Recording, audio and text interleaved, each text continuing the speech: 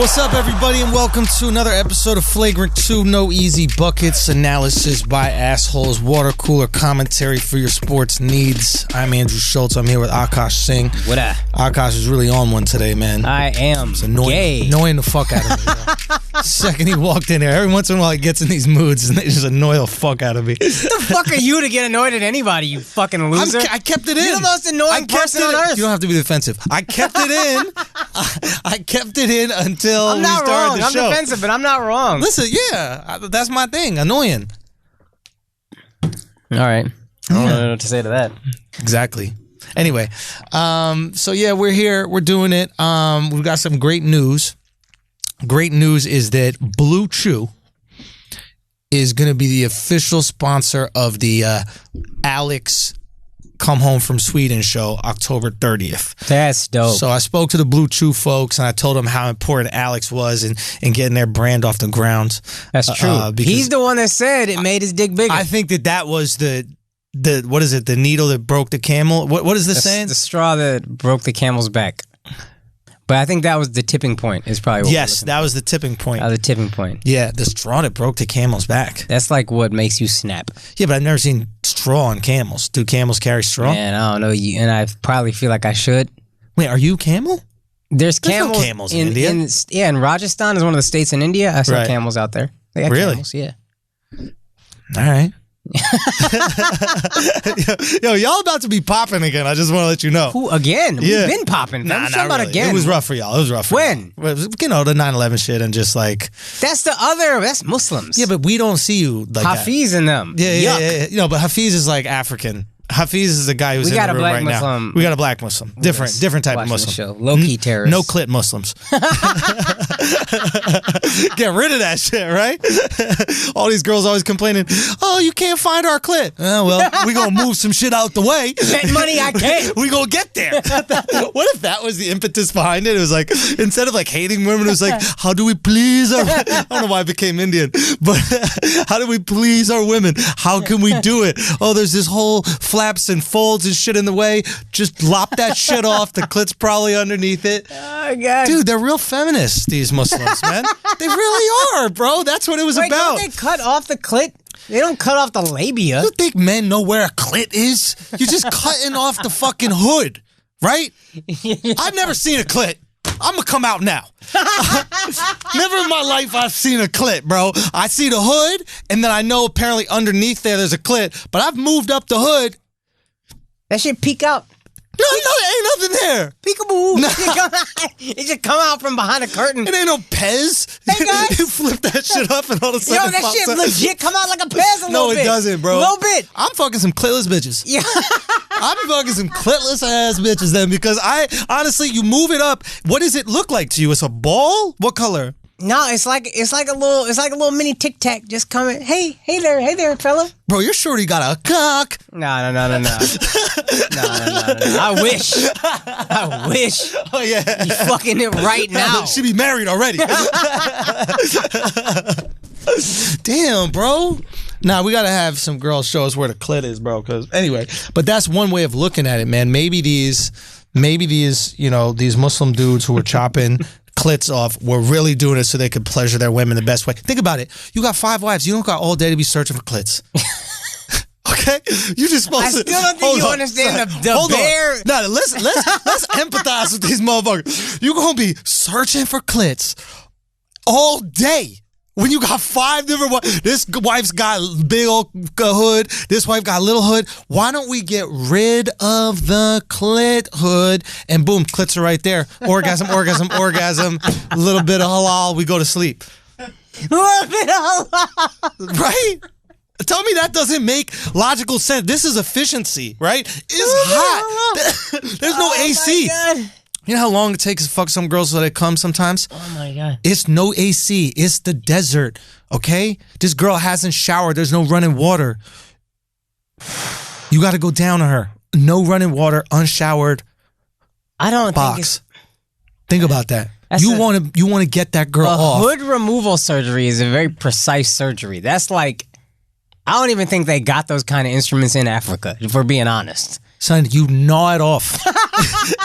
What y'all talking about? Do it like the Jews. The Jews circumcised like that, right? Don't they just bite that shit the fuck off? Come on, bro. Yo, the first Jewish dude to propose circumcision to his people, you think they were like, this motherfucker trying to suck all our dicks? He was just a pedophile wanting to suck baby dicks. He's just a pedophile who wanted to suck baby dicks. Fam, if you want to suck my dick, just ask. I'll say yes. What you trying to bite this shit off for? Talking about disease. Shit, yo, someone walked on him sucking a baby dick, right?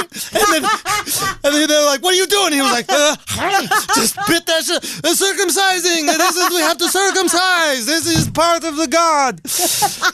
Bro, God wants dicks to be pretty.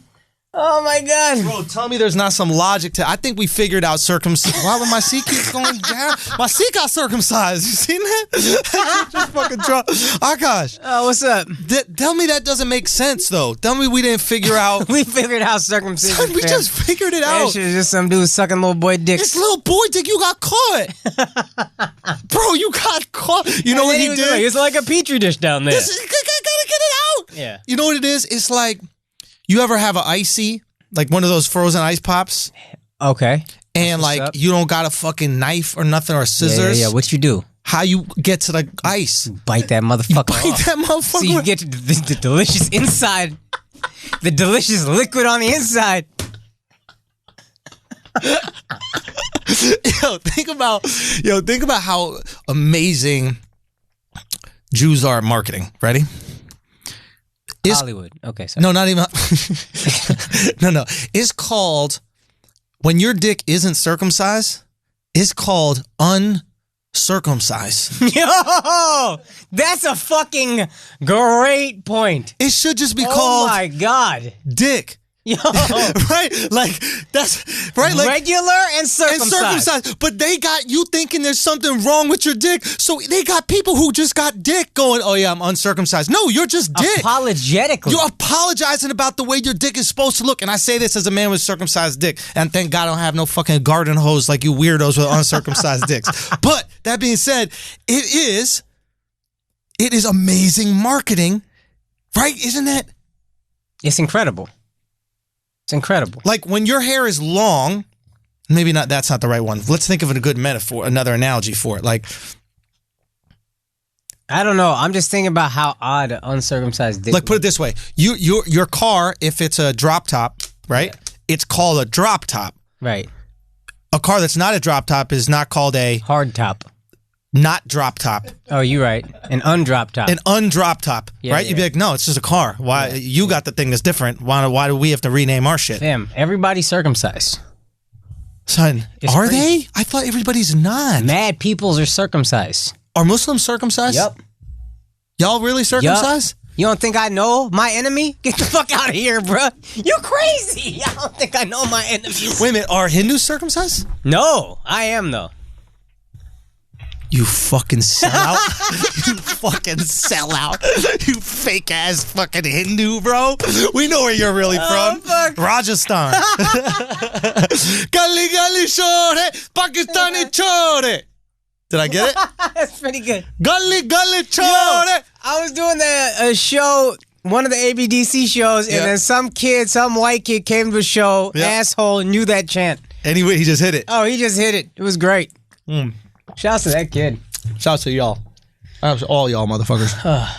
I'm just so happy that we just solved so many mysteries of the world, bro. In the first 5 minutes of this show. Fire, bro. Like, what other mysteries are there that need solved? Like, what? Name something that's hard. I bet we could solve it right now. Go. My dick. Hold on, let me make some room. I didn't like that. That got too real. Don't you dare. Don't you dare so gay, call fam? me gay after you make it gay. You trying to hit on me, fam? You know why I'm gay, bro? Why? Cause that's why. There's because. That's a good point. People that are listening can't see what I just did, but if you watch it on the YouTube, it's wild. Yo, we got a special treat for you guys halfway through the episode, by the way. We'll talk about it in a little bit, but we've reached a tier on the Patreon. Yeah, we have. And Akash got to show us a little something. Couple tiers. Well, yeah, that's right. We reached how many tiers? To be honest, we hit 500. We said if we hit 500 tonight, or let's hit 500 tonight, we got it. You owe me a shirt. Oh, the shirt's coming, bro. I don't know what the shirt is. Don't worry about it. The shirt's coming. Then if we said if we hit 1,000 by tonight, I'll show you my feet. It was a couple minutes late. Couple minutes. Fuck it, let's just tell them. So the Patreon, right now we're at like 1,160 or 50. I think 60 almost now. Okay. Unbelievable motherfuckers I are told signing you. up. I know, bro. I know. Dumb and I want to get motherfucker. into this. I wanted to get into this in a little bit. And we'll talk about the Patreon later because I'm very excited to talk about, but we've got a lot of things to get to. But, matter of fact, we'll do that. We'll do the thing when we get to there. We'll do that in a little bit. I want to start with, and this might take us there eventually, to this LeBron Shop Talk show. Yo. You know the Shop Talk show. I watched it. Now, there's one thing. Hey, Hafiz, could you knock on the door next door and ask them to turn down the bass level and tell them they're not going to make it? Tell them you're Muslim. Tell them they're not going to make it, bro. The music is it's not working out. Just turn it down. You're ruining things that are successful. So, guys, turn it down. Just give up. So basically, we have this show, The Shop. It's called The Shop? Shop It's Talk. called The Shop. Okay, whatever the fuck it's called. This show, it's LeBron James. Who's the guy with the weird voice? Maverick Carter. That's Maverick Carter. Yeah. Interesting. Really interesting guy. Yeah. Dude, really interesting guy, well-spoken, and I had a feeling it was Maverick, but I didn't want to say it confirmed, but he's more entertaining. He said that thing like, oh, people assume because I'm black, they're always like, oh, you're so well-spoken. No, I assume you'd be a fucking dork because you're always behind the scenes making LeBron billions of dollars. Yeah, I think there's also this thing that, like, when it comes to well-spoken, like, I speak for a living. So, like, when I give that compliment out, yeah, it's a high compliment. Yeah. Do you know what I mean? Yeah. It's not. I'm not going, oh, you speak normally, and I'm surprised you're able to do it. Right. No, like and he has an interesting voice. He has this weird kind of like raspy, odd voice. But I knew that he had some leverage with LeBron because LeBron really respected what he said. For LeBron to put him in the chair, I thought was an interesting move. Because he's the what's it called? He's been behind the scenes for 16 years. Right. But he's also like not the narrator, but he's like the host of the show. Yeah, right? he kind of is the point person. He is the point. Yeah, he's Ernie, right? And so he's like an interesting dude. He got like, he's an interesting dude. So they start talking, and basically it's him, LeBron Maverick, and Drake in this episode, and it's a podcast. That's all it is a video podcast. We act like it's anything different. It's not a TV show. It's a podcast that they've made a TV show out of, which they're doing with so many podcasts. That's how prevalent podcasting is right now and how powerful that shit is. Yeah. And they're all really interesting. And it got to one point where Maverick asked LeBron what his biggest disappointment was in his career or something like that. And LeBron, and then he goes... Maverick goes, was it in 2011 when you lost to the Mavericks? Was that your biggest disappointment? Yeah. And then LeBron goes, no, that was my biggest achievement. Right. And that shit was so dope. I go, well, how's he going to spin this? And he goes, getting over that loss was my biggest achievement. Yeah. Right? Getting past that thing. And earlier in the episode, he talked about how devastated he was. Like, he was a fucking mess. He really did go in there thinking, and I've heard people say he said this, or I've read quotes, but hearing him say is different. Mm-hmm. He thought he was going to go to Miami, rack up championship after championship, was going to be easy, and then he found out it's not. No matter what the fuck you do, this is work. And that changed him. Like, Jordan talks about him becoming like this great winner, was he hit this shot at UNC to basically win the college national championship, and then that awakened this beast. LeBron's was a loss in the finals where everybody thought he was going to win. He thought he was going to win. That's what made him be like, oh, fuck. Yeah. He's like, I worked hard before, but not, now I realize. Now I realize what the hard work was. Essentially. And he also said something with that, which I thought was interesting, was that he goes, I didn't show up. I don't remember that. He goes, I didn't show up. Wow. I didn't show up. Now, say what you want. It's hard to admit that. Yeah. And he didn't really show up. No. As a Mavs fan, I was thrilled. That he didn't show up. And I hated that he went to the Heat to play with, and I was just giddy. His 0 fourth quarter points. Remember LeBron Ames? He got no J. Like, there was just so many just shit being talked about him everywhere. Mm-hmm. Oh, it was great. Oh, that's great. LeBron Ames, he's got no J. That's great. That's great. Yeah. it was just so interesting hearing him talk about it and having a positive spin to it. Yeah. Just this idea, like the biggest disappointment in your life is the doorway to the biggest achievement in your life. Yeah. If you can get over it. Right. Right. And so many people, talk about it. It's like you're beating cancer, you're beating some illness, you're coming back, or you have this horrible thing in your career, you come back. And then, there's a quote that I always like to say, it's like adversity introduces a man to himself. Right. Right. Which is this idea that like, you don't know what you can take until you take it. Right. Do you know what I mean? Like Jesus probably didn't know that he could carry a cross that far. You know what I mean? Like, if you ask Jesus, if you're like, yo, how long you think you could carry a cross? He'd probably like, I don't know, like 400 meters or something like that, like 500 meters. Right? Right? And then God was just up there like, you about to carry that shit uphill too, fam. You got some incline. So, I guess what I'm saying is like I started thinking about my life, like what my biggest disappointment was. Right. Right. Oh, I know what it was. What was it? Not getting your special butt. Yeah. Right. Yeah. Not having it bought. That was probably the biggest disappointment in my career. Right. Career wise, personal life. Dog, I think about this like a lot. As a friend, you just always thinking about other friends or whatever. Sure. And I'm just like,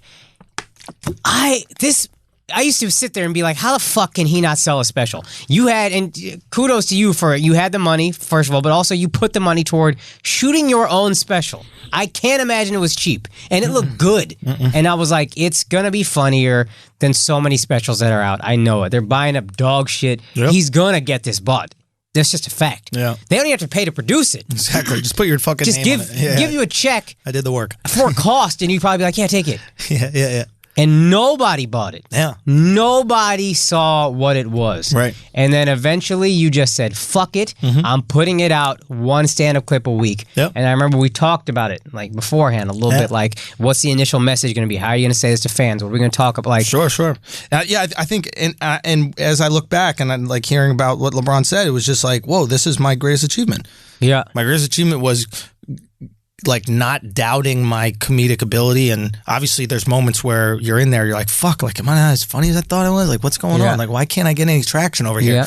And then like just going, fuck it. Like having that like Diddy moment, like where you just go, let's fucking go. Yeah. There's this great clip of Diddy. Let me say if I can get it up. But this idea that like, you're just like, no, I know what I am. I know what I can fucking do. This is how low it goes. Okay, it's not going to get lower than this. Right. This is how low it goes. So now we go up. Right. Now we start moving, and it motivated me to put the shit out myself, and then that's changed my career, man. I started selling out shows before that. I was on TV for fucking years. 9 clips at a milli? 9 at a milli, man. We're almost at 10. Maybe once we're at 10, I'll stop bragging. So fucking insane. But it's just like putting it. So, and I ask you, it's like, what do you think your biggest disappointment was, career wise? I don't know if there was one. I mean, this year's been pretty rough. That's what I was assuming. Yeah, and then I think, listen, I don't want to get too whatever about it, but like my girl really held it down. For her to ride through all this she's been stressed as fuck, and she's been on my ass for sure. But also for her to believe and ride through it and to stay on me, like be assertive, be whatever. And that's why like I really kind of, at one point I said to you, like, listen, I'll take the reins of this. I know you're busy. This Flagrant 2 thing. Patreon. Patreon, everything, to be honest. Yeah. Like I can't, I don't got the cameras, I don't know the connections or whatever. But other than that, it's like, what do we need? I'll do it. Right. This is what it is. We don't have a choice. I don't have a choice. Right. It's this or it's go the fuck back to Texas. Right. That's what it is. Right. So I was wondering, when you were saying that, we'll get into Patreon in a bit, but my thought is, what other choice do you have? Like, that was what I was thinking. Like, maybe, and what I'm hearing from you is maybe like it pushed you into an overdrive, and maybe it did that to me and I don't see it. But like, I'm also just like, I can't ever quit. That's not a thing I'll do. I don't know how to quit. So I'm just going to keep going because what the fuck else is there? Yeah. So isn't that what most people do? Like, am I crazy? I don't know if most people do it. My way of looking at, fuck, man. Fucking see, keep going. You're really killing the momentum. I know, dude. My way of looking at it has always been, in terms of like quitting or not, is that like I would rather be following my dream and maybe not achieving it than giving up on my dream. Right? Like, yeah. Because the misery that comes with giving up on my dream, I think, would weigh more than the misery of following it and not achieving it. Oh, man. Let me tell you something. Yeah. I have mulled that over in my mind for the past year, and just the thought of it, when you're actually thinking about it, I literally just now flashed in my head, and I just shook my head, and I exhaled. I was like, oof. Yeah. Ugh, you can't imagine it. Yeah. I also just can't look myself in the mirror and say I quit something. Yeah. Even when I was pre-med, I didn't want to be a doctor, but the idea of quitting it, right? There's no way I can do that. I have to finish these 4 years. Yeah. I can't look back and say, oh, I quit. I didn't like it. Yeah, you just got to fucking power through, man. You can't... I don't know. It's one of those things that just like... It was like a moment in that show that really put shit in perspective for me as far as like... Just anything in life, like a great way to deal with anything. A great way to deal with all disappointment is looking at it as this doorway to your greatest achievement. Literally everything, like not getting into the school of your dreams. Okay. Yeah. Let that be motivation for you to convince everyone at that school that they fucked up for not letting you in. Right? Yeah. It's like even athletes, like, oh yeah, what is it? Steph was only got one D1 scholarship or some shit like that, right? It's like, you don't think he wanted to kill all those motherfuckers in the tournament? You don't think he just loved destroying them and just dropping bucks on every single coach that said no? Oh, 100%. So it's just like using that as motivation, like finding the right fuel, man. It's like, there's this great fucking Diddy thing that I'll play for you guys, but I just love it. And it's the thing that I tend to go to every single time, you know, I want just to get hyped for something. You know, I really want to see how, I really want to like push it. Of course, my phone doesn't work when I need to get it up. Does that ever work? Does your phone ever work when you need it? Yeah. Okay, here it is. Here we go.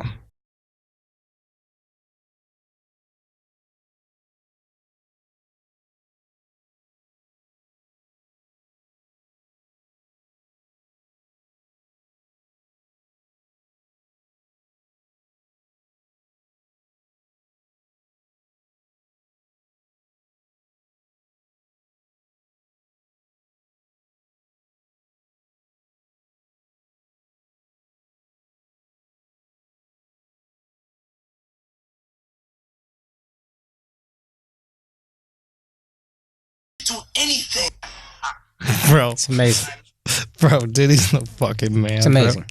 He's just the fucking... You know what's really funny is, if you guys watch the clip, it's on his Instagram, but he hangs up the phone hard. He throws it down, hangs up the phone, and the phone kind of like bounces away. Right. And then he goes, what does he say? I just got my MTV deal. Let's fucking go. I'm a savage. I can do anything. I'm a fucking savage. And then he kind of looks down and notices the phone is still off the hook. Right?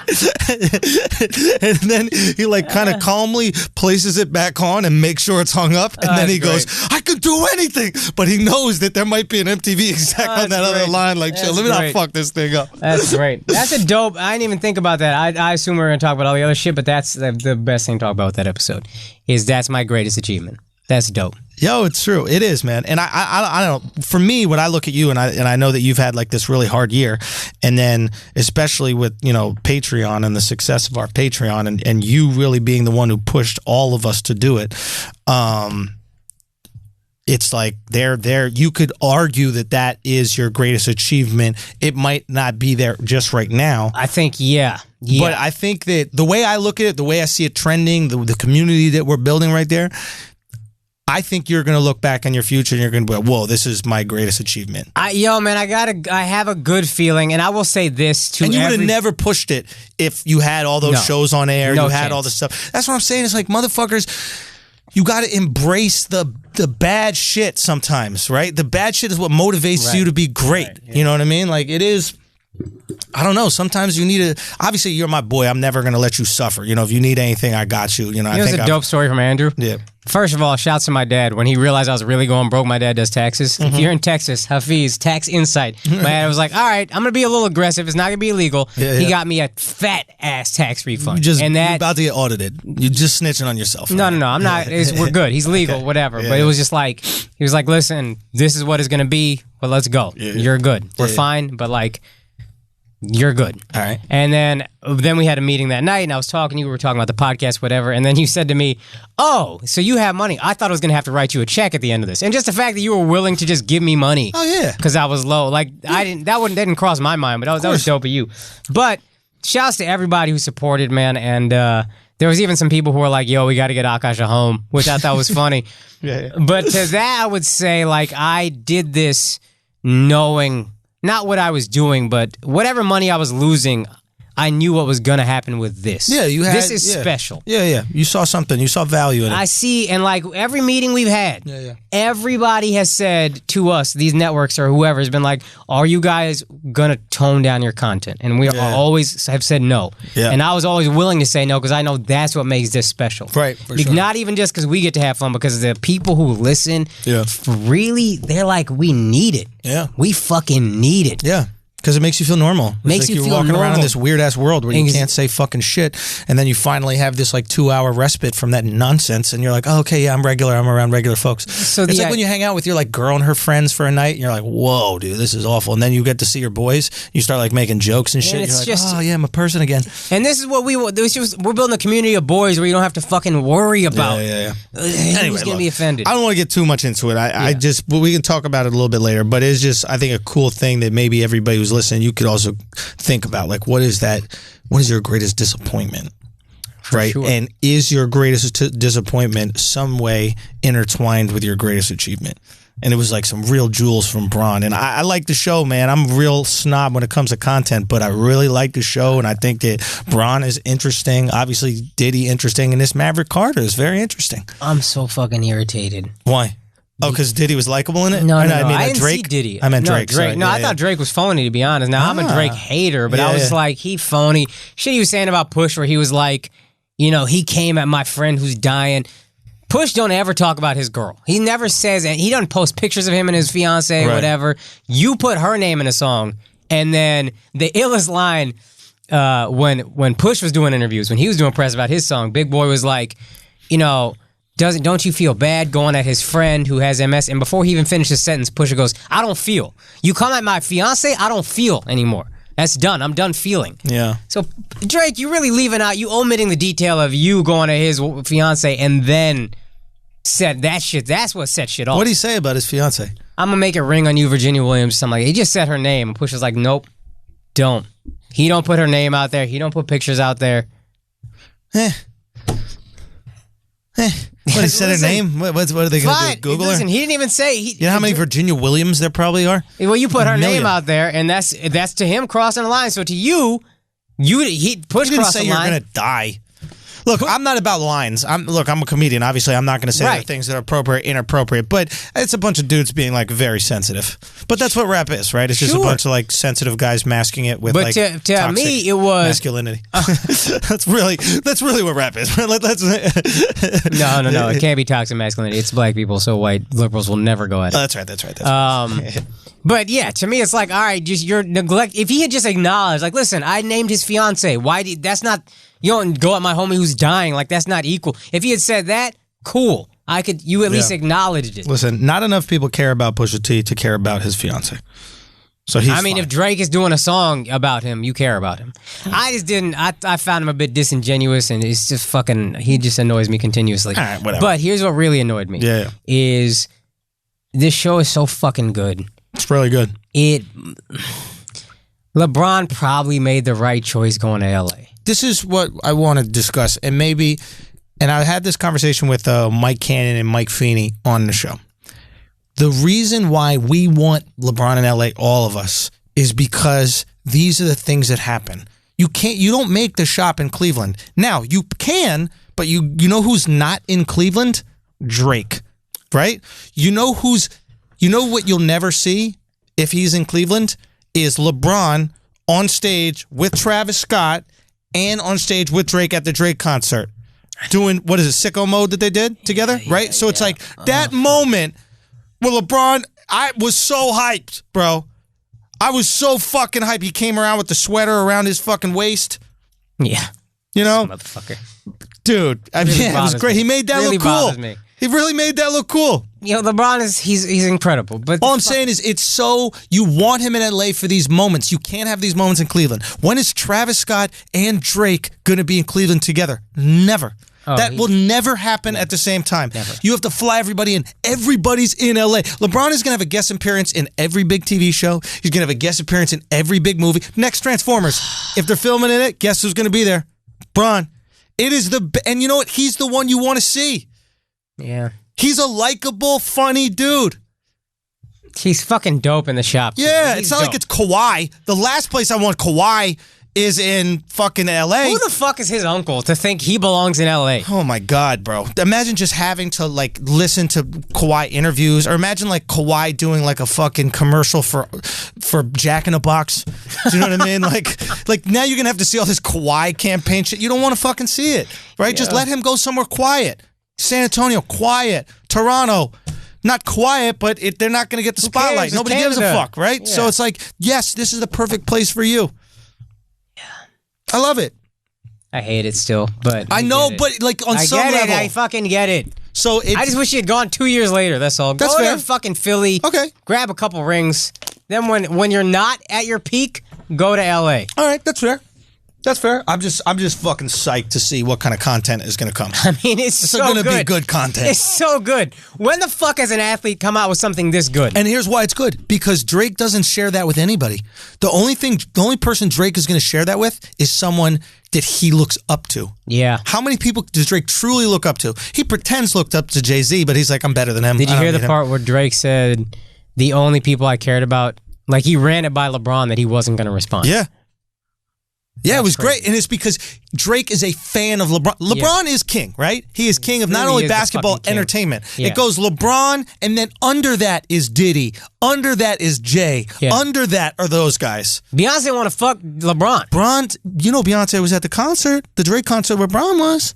Probably. I wonder why. Was she really there? Yeah, wasn't she there?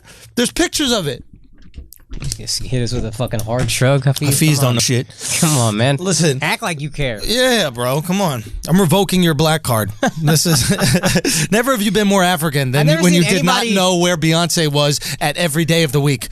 What's up, Ed? Eden said she was. She was there. She was there looking gorgeous. Nice little suit. Now, I did call that it's a wrap between Jay and Beyonce. I think I called that a few months ago. You did. I did call, and it will. You will see once she notices that she's dragging his dead weight. The guy's wearing double-breasted shorts with no shirt. Beat it. Do you know what I mean? Like, beat it, bro. Do you know he's growing out the hair all natural? It's like Beyonce already has Solange to be natural. He don't need two Solange. Right now, Beyonce is two Solange, right? there's Solange, and then whatever fucking Beyonce gonna be watching Solange fight Solange in an elevator. It's like when Ryu fought Dark Ryu in Street Fighter. You know what I mean? All I'm saying, bro, I dare Jay to drop another solo album. That shit ain't gonna cut it, man. Oh, man. I don't think there's interest. I really don't think there's interest. But doesn't matter, regardless. Point is, LeBron is motherfucking king. He really is. That's number one right now. And it's only gonna he's bigger. Yeah. Because of LA. He's gonna be bigger after he's not as good. Bigger. Like Jordan is just... He's huge. His shoes are huge, but he's still just holding on to what it was. Yeah, and LeBron is going to get bigger. He's playing at everything so right. He's playing. He's with Kaepernick enough, but not too much. It's not overbearing where the whites start getting upset. Yeah. You know, wear a shirt and they'll say I'm with Cap, and then that's it. Right. You know what I mean? Like, it's just enough to let everybody know, yo, this is what I rock with, but not enough to piss off the whites. No. Go at Trump every once in a while. A little bit. A little poke. Call him a bum. That's a little poke. Do you know what I mean? Even Trump want LeBron to like him. Trump can't wait for LeBron to love him. Yeah. Dude, it is what it is, man. He's settling for Ye. Trump don't want Kanye there. He wants LeBron. This crazy motherfucking Kanye in the office. Get this bum out of here. Where's LeBron? Oh, fuck. All Trump wants his cabinet to be is LeBron James, Tom Brady, Secretary of Defense. Secretary of Defense. Who's the Secretary of Defense? I don't know. Who's a good white defender? Are there any? Fucking Eric Weddle. I don't even know what that means. Safety. Oh. Anyway, point is, it's some. Look, there's some shit going on, and I think it's exactly what we want. We might not act like we want it, but it's what we want, right? It's like when girls are like, "Why are we fighting?" Bitch, because you wanted to fight, bitch. That's why we're fighting. Because you only feel love when we fight. Bitch. Bitch. Stupid ass bitch. Bitch. Crazy Bro. bitch. You want to know some crazy shit? Huh. You're gay? Bro. Can I say it? Yo, I had a girl dead ass in my room. This girl would not leave my room. This girl flat out told me no. I was like, I'll get you. I was like, nah, I'll get you the Uber or whatever. She's like, no. Do you know how? Wait, you had just had sex with her? Bro, yeah. I respect this bitch. Son. I respect this and bitch. yo, can I be honest with you? Hey, she bitch. was tall. You bitch, you got she my was respect, tall, bitch. son.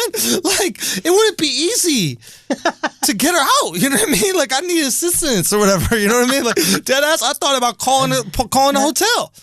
I was like, yo, I got to fly in the morning. You know, blah, blah, blah. Like, she was like, I'm not leaving. And I was like, yo, because I'm going to be honest with you, dead ass. This bitch is the GOAT, fam. Bro. I love this bitch. Bro. No, this the groupie GOAT, fam. Bro. Yeah. It was like, I felt uncomfortable a couple times, bro. Like, because I busted mad quick. Right? Obviously. Mad quick. Like, right? And it was That's a point. What's up. That's what's up. G's up. And there was a point where, like, you know that point where you're like, I was just pumping, right? And there was a point where, like, all right, if I keep pumping, I'm a nut. And then I was like, too late. Fuck it. Like, I could have pulled back and done like, all right, chill. Yeah. But then I was like, nah, it's late. I got to fly. So whatever. So I did that. Boom. I thought everything's good. And I was like, yeah, you know, like I'm not like the type to go 2 times a night type situation. I didn't have my chew on me, whatever like that. And I was like, I ain't got the chew, you know. And Shorty was like, well, just come here, come next to me. And I was like, all right. What? Son, I understand what these girls feel like when dudes they're relentless and shit. Bitch over here like Google Maps. Yo, come next to me, bitch. She said, crazy. She was next to me. I'm laying next to her. I'm doing the whole shit the girls do where they like turn their back and shit. This girl wrapping around, grabbing my dick, son. I was like, yo, there's 2 beds in a hotel room. I went to the other bed. Real talk? I had to go to the other bed. Son, I want to be honest with you. No joke. This girl literally said, she goes, what if I rape you? Son, it was like, yo, this is wild out here, bro. Dead ass wild out here, bro.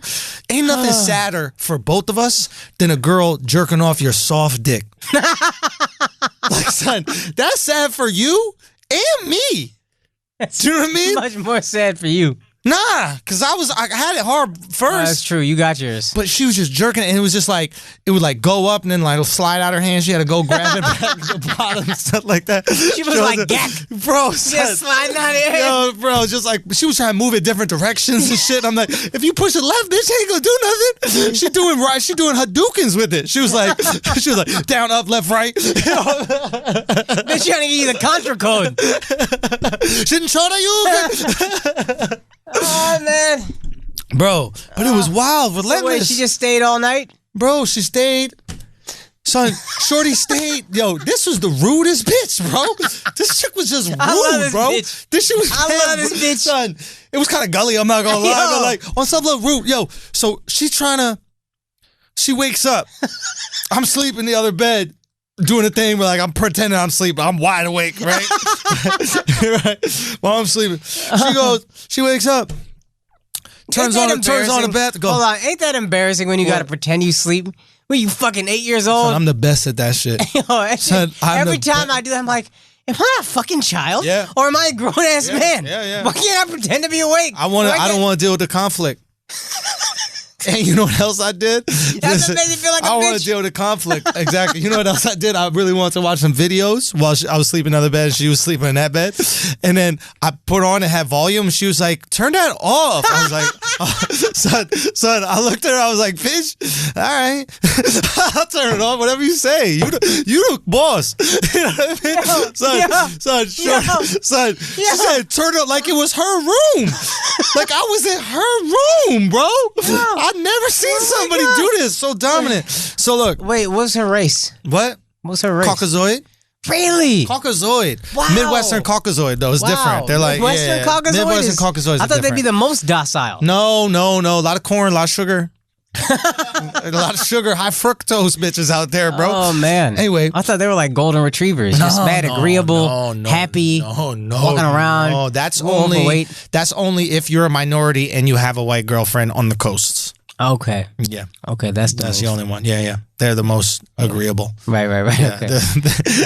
They're the what is it? What's the word that they describe? They're like service animals. Yeah, exactly. Take that bitch on a fucking plane. She don't even need a ticket. Sit on my lap. Gwendolyn. Sit on my lap, Gwendolyn. Hey, calm me down, bitch. So what was I just saying? No. She wouldn't leave the room. Oh, yeah, she wouldn't leave the room. I'm on the bed, right? She gets up at randomly. Son, she gets up randomly to go, right? I pop one eye open. Boom. Oh, she's leaving? All right, I'm asleep. Boom. Goes to the bathroom. Turns that shit on. Now, she's doing something in the bathroom. I think she was using my toothpaste, and I was upset because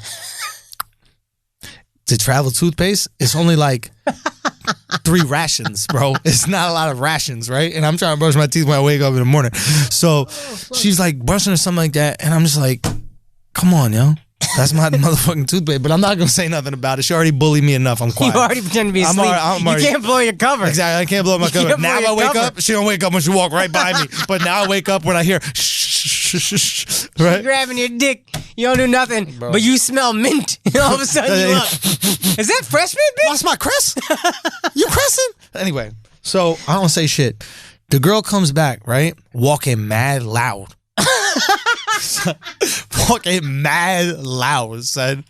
Mad loud. Hey, right? Yo, it's not done. The disrespect's not done. Our clothes are kind of strewn throughout, right? Because it was earlier. It was torrid. It was what? It was torrid. I thought that's how you get movies on the internet. No. It was passionate. Yeah, it was super passionate, right? So, kind of. So the flows from that. This girl walked mad heavy, right? Some clothes in her way. This bitch starts kicking my clothes out the way. Yo, bro. I love this bitch. Kicking the clothes out the way, bro. My shoe kicked. My jacket kicked. Takes my jeans and sweatshirt, throws it on me while I'm sleeping. Turns on the bedside table light. Wow. Boom. Now I gotta wake up. I go, right? I go, oh, why's the light on? She's like, I'll be out soon. It's like, all right. Good. She goes, goodbye. You gotta pretend to go back to sleep hard. Goodbye, leaves. Phew. My alarm does not go off. I'm like, why the fuck does my alarm not go off this morning? Why?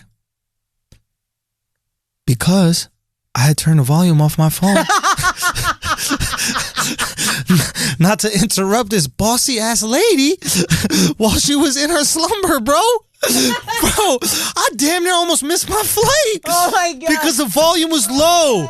I missed a call with Alex. Oh, fuck. Bro, I woke. This was one of the most. Yo, but if anybody understands you missing a call because you fucking a white girl. Yo, son. It's Alex Media. Yo, dead ass, bro. I had Alex on. I called Alex, but I woke up at 11:07, made my flight. There was 11:57. That was unbelievable. Incredible. Unbelievable. Holy fuck. And that's what I'm trying to say is sometimes your biggest disappointment becomes your biggest achievement. Oh, man. When you start traveling a lot, you remember those stories forever. Oh, God. Stories for days. I had one in Chicago. What happened? I was running late as fuck. I don't remember how I got in the situation. You know I'd be messy with mines. Very. And I was just like, I thought the train would get me there. This shit took 2 hours. I have to cut in front of the TSA line. Yeah. I'm like, guys, I got a flight in like 10 minutes. Oh, you pulled that? Is it cool? Good. I've never done it. But the guy I respect that. The guy goes, I mean, yeah, there's no way you make your flight, but go ahead. And then I made my flight, and I want to go find that motherfucker and suck his dick. Hey, I made my flight. Pull that dick out, bro. I haven't slept all day, guys. No, our coach is a little tired. Anyway, back to sports. You know what I realized something, bro. Minnesota got to cut Jimmy We didn't. This happened right after we wrapped. That's our right. Patreon episode. That's right. So everybody has been addressing it, but basically what happened is, you've heard the story a million times. Jimmy Butler went to the practice. He takes the third string team, beats the first string team, and he's screaming at them, "You need me. You can't win without me." Now, I run this shit. Now, when I heard the story, I was like, Jimmy's the man. Oh my God, it's amazing. Everything's great. In Chicago, I had some guys from NBA organizations coming out to my Chicago shows. Mm-hmm. Thank you to everybody in Chicago who came out to the shows. Now, they had a different perspective on him. They said you got to cut him or get rid of him. And they also said the same thing about Odell. Cut him or get rid of him. I go, really? Cut Jimmy? But he took the third string team and beat the first string team. And they all looked at me and go, do you know how often that happens? Really? They go, this is a practice. First of all, he scored 4 shots. All he hit was 4 shots. They're like, he dominated. He took over the game. He scored 4 shots in the game where he beat the first string. Second of all, that same day, some dude named Nunnally was killing.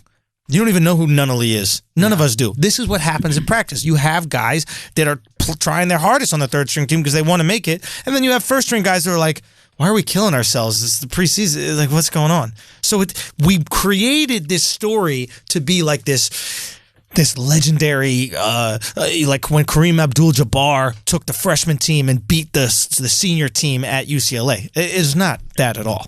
Can I say why I think it's a little different? Go. You're Karl Anthony Towns. You're Andrew Wiggins. Yeah. You don't like this motherfucker. He shows up for one practice and pulls some scrubs off the bench. I'm going to try. But here's the thing. They're not scrubs, right? Guys who play in the NBA are really good. Sure. You pull some guys that don't get as much PT as me. They're at the end of my bench. Sure. You not fucking doing this to me. That is what we would think and what I thought, right? But apparently this happens all the fucking time in the league. I just think it's a little different because he's been a no-show and then he showed up to one practice. I know, right? And like we're in this stage where we're like, no, ego is what matters. These guys make $100 million contracts. They don't care about a practice game, right? It's like, dude, I'm going to injure myself. I would think Wiggins would play the exact same way he plays in a real game because he treats real games like practice. So he's not going to give any effort. So there you go. But I guess my point is what I'm trying to say is like the inside guys, the guys who were part of organizations, et cetera, are saying this is very normal that you have guys drop in buckets. That is interesting. And that Jimmy wasn't the one that was doing all the scoring. There are other people doing the scoring. Right. And their take was, first of all, they said that Tom Thibodeau, who's the coach and like whatever it is, president or GM, whatever, is completely has zero emotional intelligence. He's autistic. He's fucking borderline autistic. He has no fucking clue what's going on. I can see that. And like the owner of the team is afraid to talk to him. The owner will walk into the room and be like, "Not now, I'm busy." That's the owner of the team. That's your boss. Yeah. Right. And but their basic thing was you need rules, and when you don't have rules, shit falls the fuck apart. Right. And when you have guys that blatantly break the rules, right, or that are break the rules like Jimmy and Odell, it causes friction on the team, which is not beneficial, and then people won't get in line. Yeah. And I think there's a really interesting point to cutting Odell. That $65 million is guaranteed, I think, if he plays. I don't think you're on the hook for the $65 million if he doesn't. I think you lose maybe like 10, but you gain the respect of everyone else on that team. From what I understand about signing bonuses, you pay the whole signing bonus. No. I spoke to them about this, and these are like GMs that I'm speaking to, and like presidents of like teams. And I was like, you'll lose the 65. He's like, no, you only lose like 15 because it's only guaranteed if he's on the roster or some shit like that. And these are NFL guys? These are NBA guys. But they know the sport. These are guys that are really into, you know what I mean? Like, I just don't want to blow them up, but like guys that I trust, because that was the exact question I asked. And I'm like, there's something to it. You have 52 guys, right? Or how many guys are on NFL? 53. 53 guys that you have to keep in line. And one guy is setting the precedent that you don't have to pay attention to the rules. Right. Get rid of him. The reality is no wide receiver, no one position player in the NFL is good enough to carry a team. So no one player is good enough to talk that shit. Right. Bye. Yeah. And you know who else is going to be really in line that week? All 52 other guys. Right. Listen, especially Odell, I get it. I think I don't know. I'm not positive, but that math on not paying the signing bonus is weird to me. Right. But yeah, I get you have to pay some of it. You have to pay like whatever it is per year or some shit like that. Yeah. But Jimmy, if you can get a trade for him, get it. Also, why is nobody talking about him in LA? Doesn't that seem like a great fit? Doesn't it seem like exactly who LeBron needs? The Lakers? Yeah. That'd be great. Maybe not. I mean, LeBron needs Jimmy to somebody who's a better three-point shooter. You say Clay is the best teammate for LeBron, and you're right. Of course, yeah. But Jimmy would bring the fire. He would bring the defense. He'd bring, it seems like exactly what LeBron would want. Right. You can get rid of Lance Stevenson or whoever the fuck else. Like all these other guys who were kind of halfway doing it. Right. Just get Jimmy. Yeah. Yeah, I don't know. I mean, I love Lance. You love Lance. Yeah. Nobody has whiter palms than Lance Stevenson. What is that? Bro, it is insane. Like, he is black on the top and then just fucking albino on his hands, bro. It's crazy. It's wild, dude. It's nuts, right? I don't get it. I don't know if it's powder or just he just has no pigment on this it's side. not like powder. It's not like cocaine, powdered donut, powdered sugar, whatever. Yeah. It's like you notice it too, though, right? Yeah, it's like Chris Dudley's hands. Dude, it is wild, bro. Isn't that nuts? Look at that. Stark difference. Zero pigment. Wow. But I love watching him in LA, and he's just so fueled by it. And who's Stevenson? Yeah. I just think he's fucking awesome. All right, interesting. But yeah, I don't understand why nobody's talking about Jimmy Buckets in LA. I mean, I don't know. Maybe Tibbs doesn't want anybody. I know nobody wants to play for Tibbs. That's your career right there. Right. The career ender. Anyway, what else, man? Anybody watching football? This is a fucking fantastic year of NFL football. It really is. Did you watch any of the Patriots-Chiefs game? I'm sorry, yeah, Patriots-Chiefs. No, I just watched a little bit. I watched a little bit, just highlights. But if you get a chance, and I haven't gotten to watch enough of them. I was moving yesterday and today. I got a place to live, guys, in fucking Jersey, but I got one. Anyway, Patrick Mahomes is so goddamn good. Yeah, and his arm strength is crazy. And like somebody else said this, but there's throws. He said this is a really fun stage of his career because you'll see DBs like make certain reads or make certain moves because they're like, oh, he's a rookie. There's no way he can pull off this throw. There's no way he has the arm strength to pull off this throw. So they'll like cheat up toward a tight end or whatever, safeties, etc. And he can pull off the throw. He's got crazy arm strength. Andy Reid, you've always given him credit as a quarterback, like genius. He's got a really creative offense. He got weapons out the ass. Yeah. Kareem Hunt, Tyreek Hill, just Travis Kelce. All these dudes are beasts. It's just fucking fun. And I think even though they lost yesterday, if they saw them in the playoffs, and it's quite possibly going to be in Kansas City, I think Kansas City would win. I would agree with you if it wasn't Andy Reid. Yeah, that's true. Andy Reid can't win in the playoffs. And I don't know what the fuck it is. And maybe he should just bring in a coach that has won in the playoffs, but there's something about him that's just crippling in the playoffs. But yo, dude, there must be something to this kid. I mean, they put 40 up on the Patriots. Patriots got no D this year anyway, but still. They're always kind of just whatever. Yeah, but I mean, better in years past. But now they're just letting up points, and Brady's just got to fucking take over. But Mahomes orchestrates the game-tying drive with, I think, 2 minutes left. I saw it. One play, 75-yard touchdown. Yeah. One play, 75 yards, tying touchdown. Yeah. It's insane. Not much orchestrating, but still. Great throw, great catch. Tyreek Hill's so fucking fast. Can't stop. It's insane. Too quick. Have you heard Mahomes' voice? No. You haven't heard his voice? No. Oh my God, it's so funny. He sounds like he's built a little awkwardly. He sounds like he got women's hips. Alex, what is that guy named? Alex Jones? Alex Jones is a conspiracy theorist? Yeah. Really? You know Alex Jones' voice? Why do we gotta fire? Yeah. That's what Mahomes sounds like, but just as a teenager. People say he sounds like Kermit. That's great. God bless this man. But you haven't heard him at all? I'm trying to get a clip up where I can figure it out. But so he's the truth to you. Man, I think he might be. Now, sometimes this happens with rookie QBs and then you get figured out. I remember Colin Kaepernick, Ron Jaworski, after the year they went to the Super Bowl, was like, yo, he could be the greatest quarterback ever. Right. And then he just fell the fuck off. Dak Prescott, great rookie year. Had a good game yesterday, but now everybody just seems to have him figured out. So that could happen with Mahomes. But man, this year is fucking fun. And if you get a chance to watch. Do you think that that Dak is good enough to sustain the job? I think he needs a different coach and coordinator. You know, it's funny. I actually texted all my friends who were Dallas fans, and I was like, Dallas is going to win this game. I said on Friday, because they just never bottom out. They're not an awful team. They're always average. Yeah. And average is good enough to keep the head coach around because the owner loves him. Right. Because he's like a yes man and whatever. And that just infuriates me to watch because I think Dak could be good with a better coach or coordinator. Like Minnesota's offensive coordinator, his name is John DeFilippo or something like that. Okay. This guy was the quarterback coach in Philly last year. He leaves.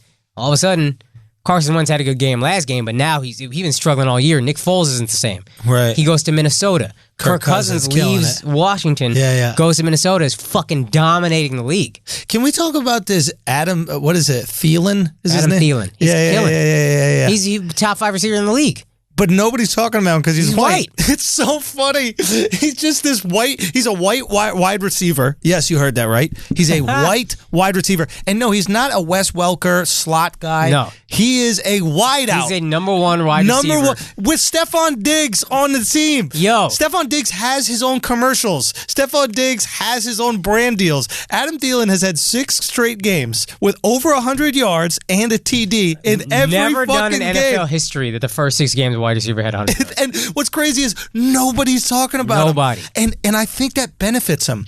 I think what he should do is shun every bit of press that comes with it, right? Yeah. He should say no to every story about it because the second you become the guy, now corners are watching tape. Now teams are planning And for you. fuck you. Especially if you're white. I think corners are like, fuck him. Oh, I'm not going to get beat by the white guy. Yeah, and fuck him. Fuck this dude. Thinks he's so good eating up all this press. Especially if you're white. I think they're like, fuck this dude. He's not getting shit off on me. And I don't think he was even a wide receiver in college. I think he was a quarterback, and then like the last year he decided to be a wide receiver. Something crazy. And then he goes undrafted, etc. Yeah. But it is funny that there is this like weird prejudice where like a white guy goes 6 straight games, 100 yards with a TD, and all of us are like, leaving out. No, the opposite and the opposite. They're like, we'll come back to it. No, I'm saying they're talking about every other receiver. Oh, exactly. Yeah. Look at Odell Beckham. Look at Julio Jones doesn't have a single touchdown. He still don't have a touchdown? No. It's really crazy. It's really crazy. His knack for not getting in the end zone. Why is it? I don't fucking get it. Is what's his face trash in the red zone? The Falcons definitely struggle in the red zone for sure. That's what cost him both games against Philly, though. First game this year and the playoffs last year. Yeah. Still drives me crazy. Yeah. Fuck. Anyway, I don't know. I don't know if Matt Ryan's they're not a great red zone offense, maybe, because their coordinator also, they lost Kyle Shanahan, and ever since then, the offense has just kind of puttered along. Really? Really struggled, yeah. Now, your boy, did you know that your boy on Dallas, Beasley, is a rapper? Yeah. You knew this? Yeah. It's so... Have you seen the rap? I know how much because this is a confliction for you. No, I hate it. Did you see it? Yeah. It's somewhere. I've heard it. Can you pull it up? He's a skilled rapper. I don't want to hear that shit No. in my So, fucking life. What's his name? Cole Beasley? Cole Beasley, C-O-L-E. So Cole Beasley, who had 2 touchdowns yesterday. He had a great game. Great game. First and he's great a game solid in a while. third down back for you guys, right? Like Great slot receiver. Yeah. So he's on, I forget what show it is, and I don't know who posted it, but he was on somebody's show rapping. Radio show? Or he has It's a an radio album show. out. Oh, he has an album out? So like people know in Dallas that he raps. Yeah. Oh, I just saw it on Instagram. Somebody posted. He's a forget whose skilled account. rapper. Right. I don't want to hear that shit. Why? First of all, you're a fucking slot receiver. You're 5'8". Here it is. Okay. Here it is. Uh-oh. Jesus Christ. My flow is pure gold, it's cold back on the mic. Almost sucked the life up out of a beat. Like it's light pole, thought I was gone, but I'm never leaving. I'm forever eating. Every season is heavy thieving, stealing everything that I can from the man to my heavy breathing. Stopping, I'm dead. I ain't got competition leaping off of a ledge, cause they sleeping at first sight like they sleepwalking. What you can't see stalking would turn you to meat at the flea market. I'm hunting for hands. I'm Mike Tyson with the mic biting. Strike titans with this God flow like Poseidon. Hey! I like it, I'm telling myself, remind them as if they heard my old. It's a slick spit at its finest. Biggie and them white Dickies spitting, collar with rhyming. Time after time, but I'm making it where it's timeless. Really, I'm just here simply trying to grab the ears, but it appears ball and rapping can't mix like engineers. New York beast, Southern, what's the difference? Even trapped, if I'm trapped in it, I'ma come and rip it. Dr. Dre can even stitch it. It's easy as easing in an easement with the width of a cricket. Stick and moving, I'm an. Let's go! Yo! The GOAT, bro! Cole's a GOAT! What did he say, Dina Meneeman the Meeman? Why does every white rapper sound like Eminem? What the fuck is that? Can somebody explain it to me? Yo, bro. Cuz, who you gonna look up to? Fair enough. You know? They all sound like Eminem to me. Yeah, that's their guy. That's the guy who made them feel, comfortable doing it. Yeah, somebody keep... Who do you look up to as an Indian? Gandhi? Yeah. See? Why are you sleeping with 15-year-olds? Oh, that's That was cold? That was cold? That was too hard? No, I'm just trying to bite off dicks circumcising people out here. You know what I mean? Okay, so what you think about Cole? Cole got bars or what? Man, no. Get the fuck out of here with that. Bro, you know how hard it is to rhyme shit? Bro, you gotta think about that. You know how hard it is to rhyme shit with CTE? This guy probably had multiple concussions, can barely get out a fucking sentence, and he got bars, bro. Yeah, sure. It's Steven season. Bro, it's Steven season, bro.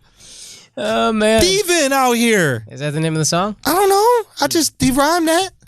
Do you know what I mean? I got you. Cole Beasley. What's his rap name? I think it's just Cole Beasley. Cole Fire.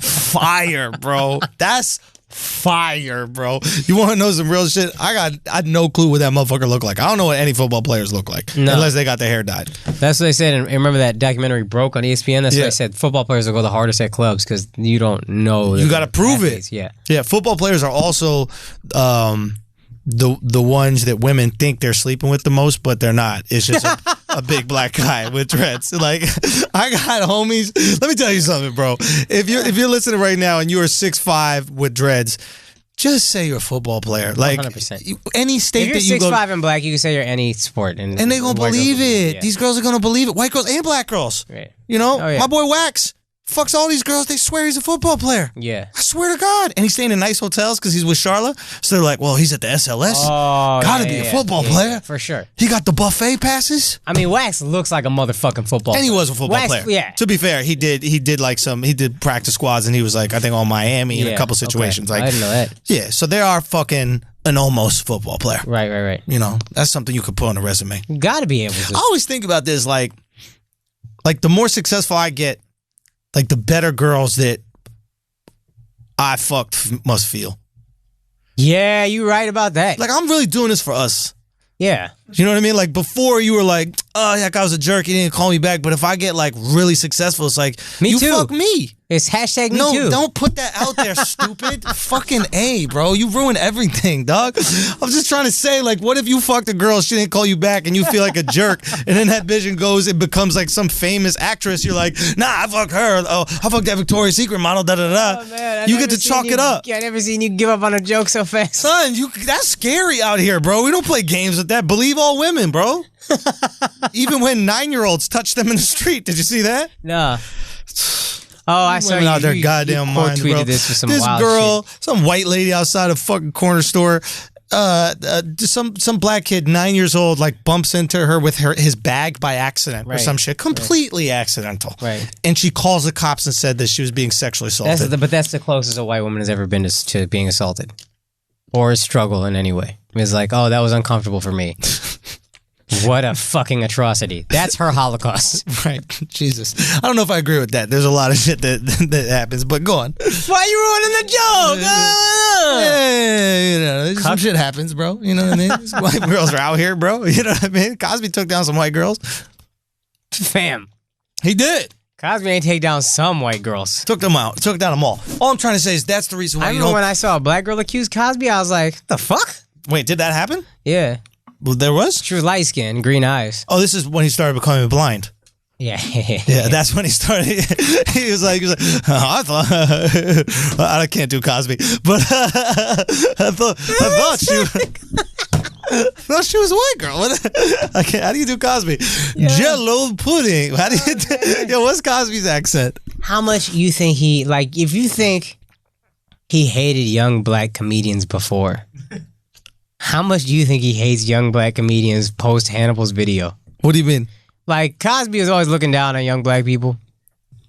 Right. How much do you think his How is he looking down on them? What do you say? Pull your pants up. Pull up your pants, blah, blah, blah. Pull up your pants. What's so wrong with that? Why are we acting like this is this big fucking thing? You ever see somebody with their pants and their underwear showing? The You're point like, isn't his message or whether it's right or wrong. The point is he was perceived as hating young black people before.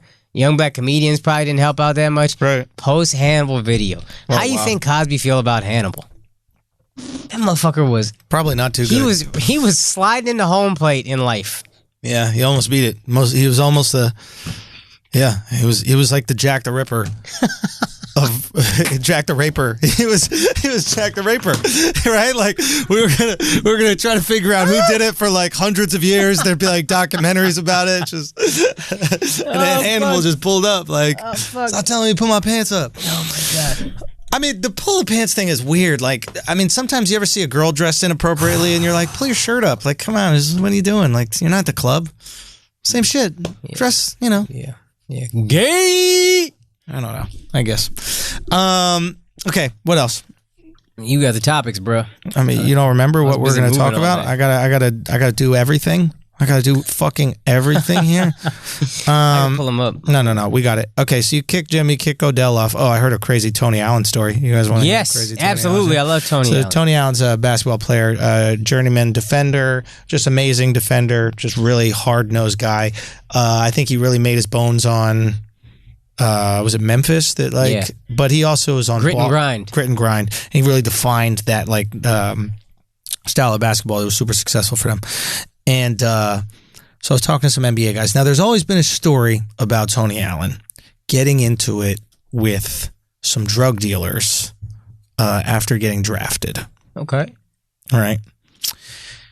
You know, Tony comes from an area. There's some drug dealers going on, this, that, the other. Apparently, him and his boy, allegedly, I'll say this all, him and his boy are in a diner or restaurant or something like that, and then some drug dealers from the area see him, and they go, oh, you think you got money now? Because he just got drafted. He goes, you think, I'm going to show you money. And they throw $1 million cash at him. They're just making it rain on him and his boy in this restaurant. No, the restaurant. Right. Tony gets up, punches one in the face.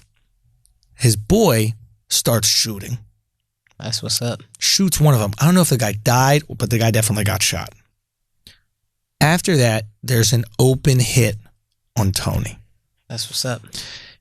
In Chicago, which is wild. Right, okay. So much so that Tony can't stay at the hotel with the team. The feds get involved because the feds know what's happening with gang stuff. They don't bust them on the corner, but they're like, if there's some big shit going on, you know, there's informants and all that kind of shit. The feds go to the team. They're like, he can't stay with the team.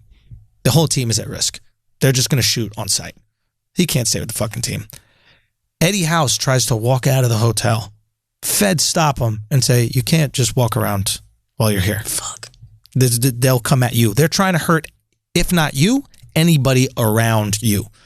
Garnett tries to get involved because, you know, he went to high school in Chicago. Right. He's like, yo, can we squash this? Like, what do we got to do? Who do we got to pay? This, that, the other. He's like, nah. It's like, he shot my mans. I don't know if he died or whatever, but it's either him or someone close to him got to go. Right? So for fucking years, Jesus. He's just avoiding getting killed in Chicago while being a real legit NBA player. That's right. That's so fucking crazy. Yeah. Like, it is kind of funny. It's like, how did he have so much energy on the court? And it's like, well, yeah, he was maybe a little stressed. You know what I mean? It's like maybe that's what he wanted to do. And more importantly, people are like, he's trying so hard and he found a niche for him in this game, et cetera. It's like, yeah, the second he's out of the league, he's dead. Fuck. Like, he's dead. They're going to come and find you and kill you. When you're in the league, you have tons of security. You have the map to the thing. You have the federal, you know, agents looking out for your security and safety. Basically, what happens is years later, the guy who got shot or his friend, whatever it was, ended up getting shot and killed.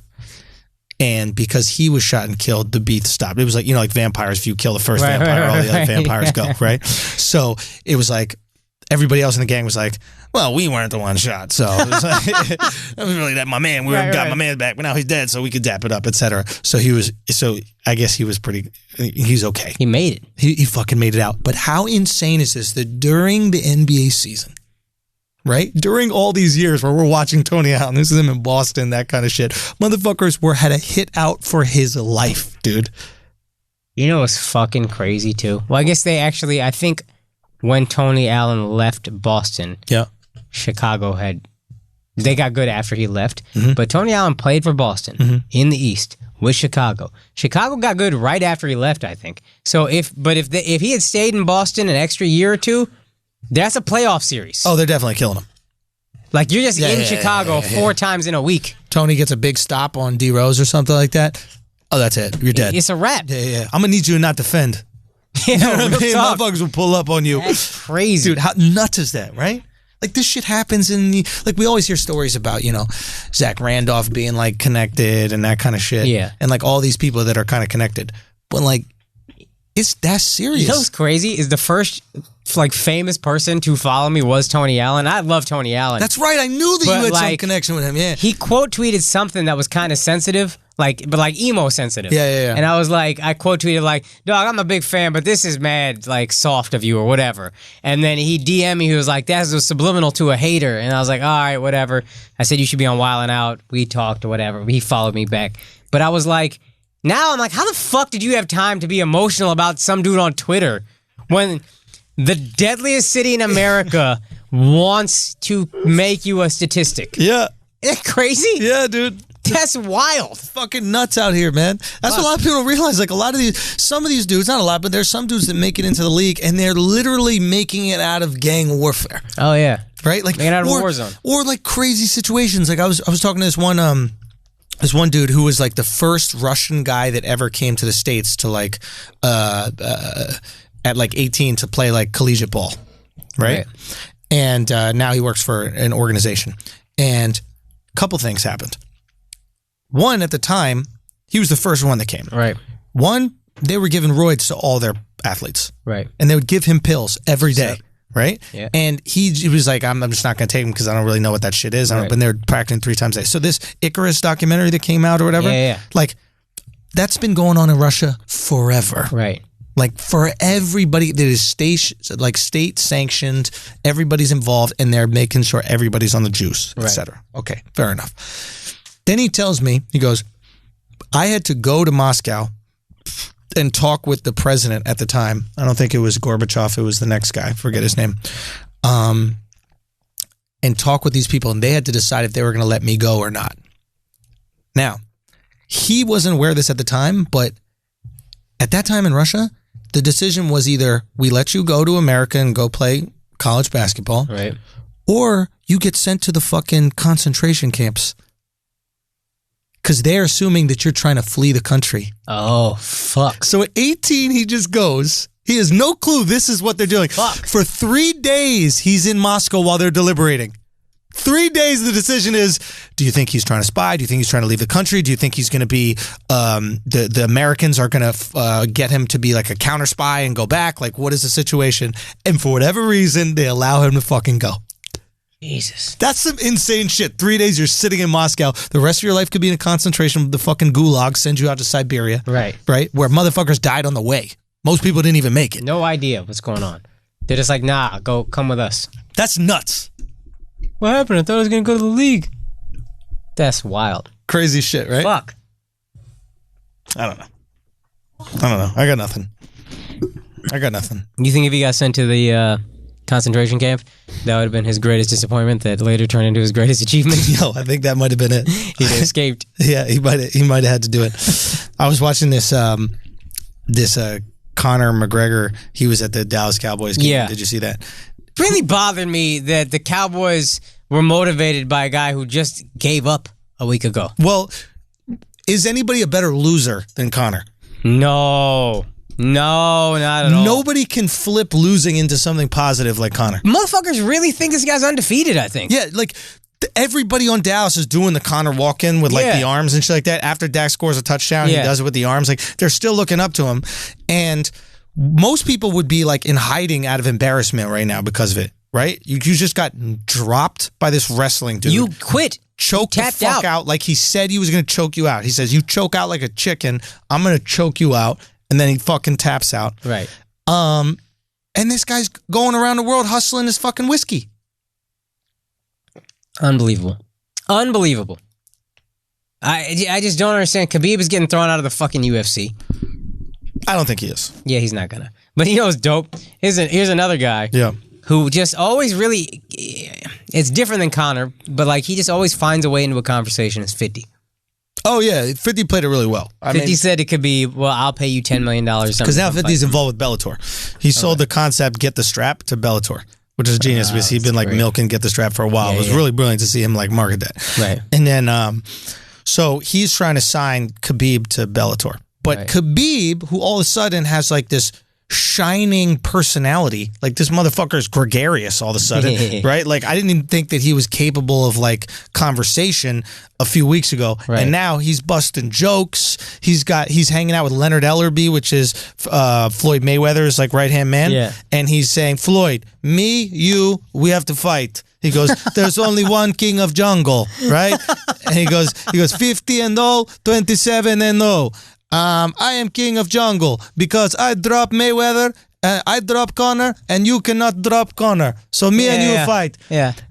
I'm not going to lie. I think that they could sell this fucking fight. I think they could sell it off of the punch. Now, Floyd is going to destroy him because the guy can't box for shit, and there's no way Floyd is going to allow wrestling in the fight. But I think that they could sell this fight off of the punch that Khabib landed on Conor. I don't, to be honest, but I think they could do it. We don't care. We don't fucking care who's going to win. We don't care who's fighting. Conor sold was because Conor's so good at selling and shit talk in particular. Who do you think he learned that from?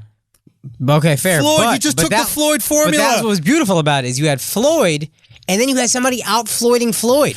Yeah, but Floyd did it against dudes that don't speak English. When Floyd fought Canelo was just, okay, gracias. Yeah, but that's Floyd at the height of his powers. Canelo's up and coming. So that's what sold that fight. Like, the merit of that fight sold that fight. No. What sold that fight is you need Mexicans in boxing for it to work. But that's the ingredient. For me, as a casual fan, it was, Canelo's up and coming. Floyd is dope. Also, people who hate Floyd want to see him get knocked out. Canelo's this young, hot guy. It's like, whatever, hot name. Let's see what happens. Floyd sells it all. Floyd's the greatest salesman in recent fight history. I don't think I'd be interested in watching Floyd Khabib.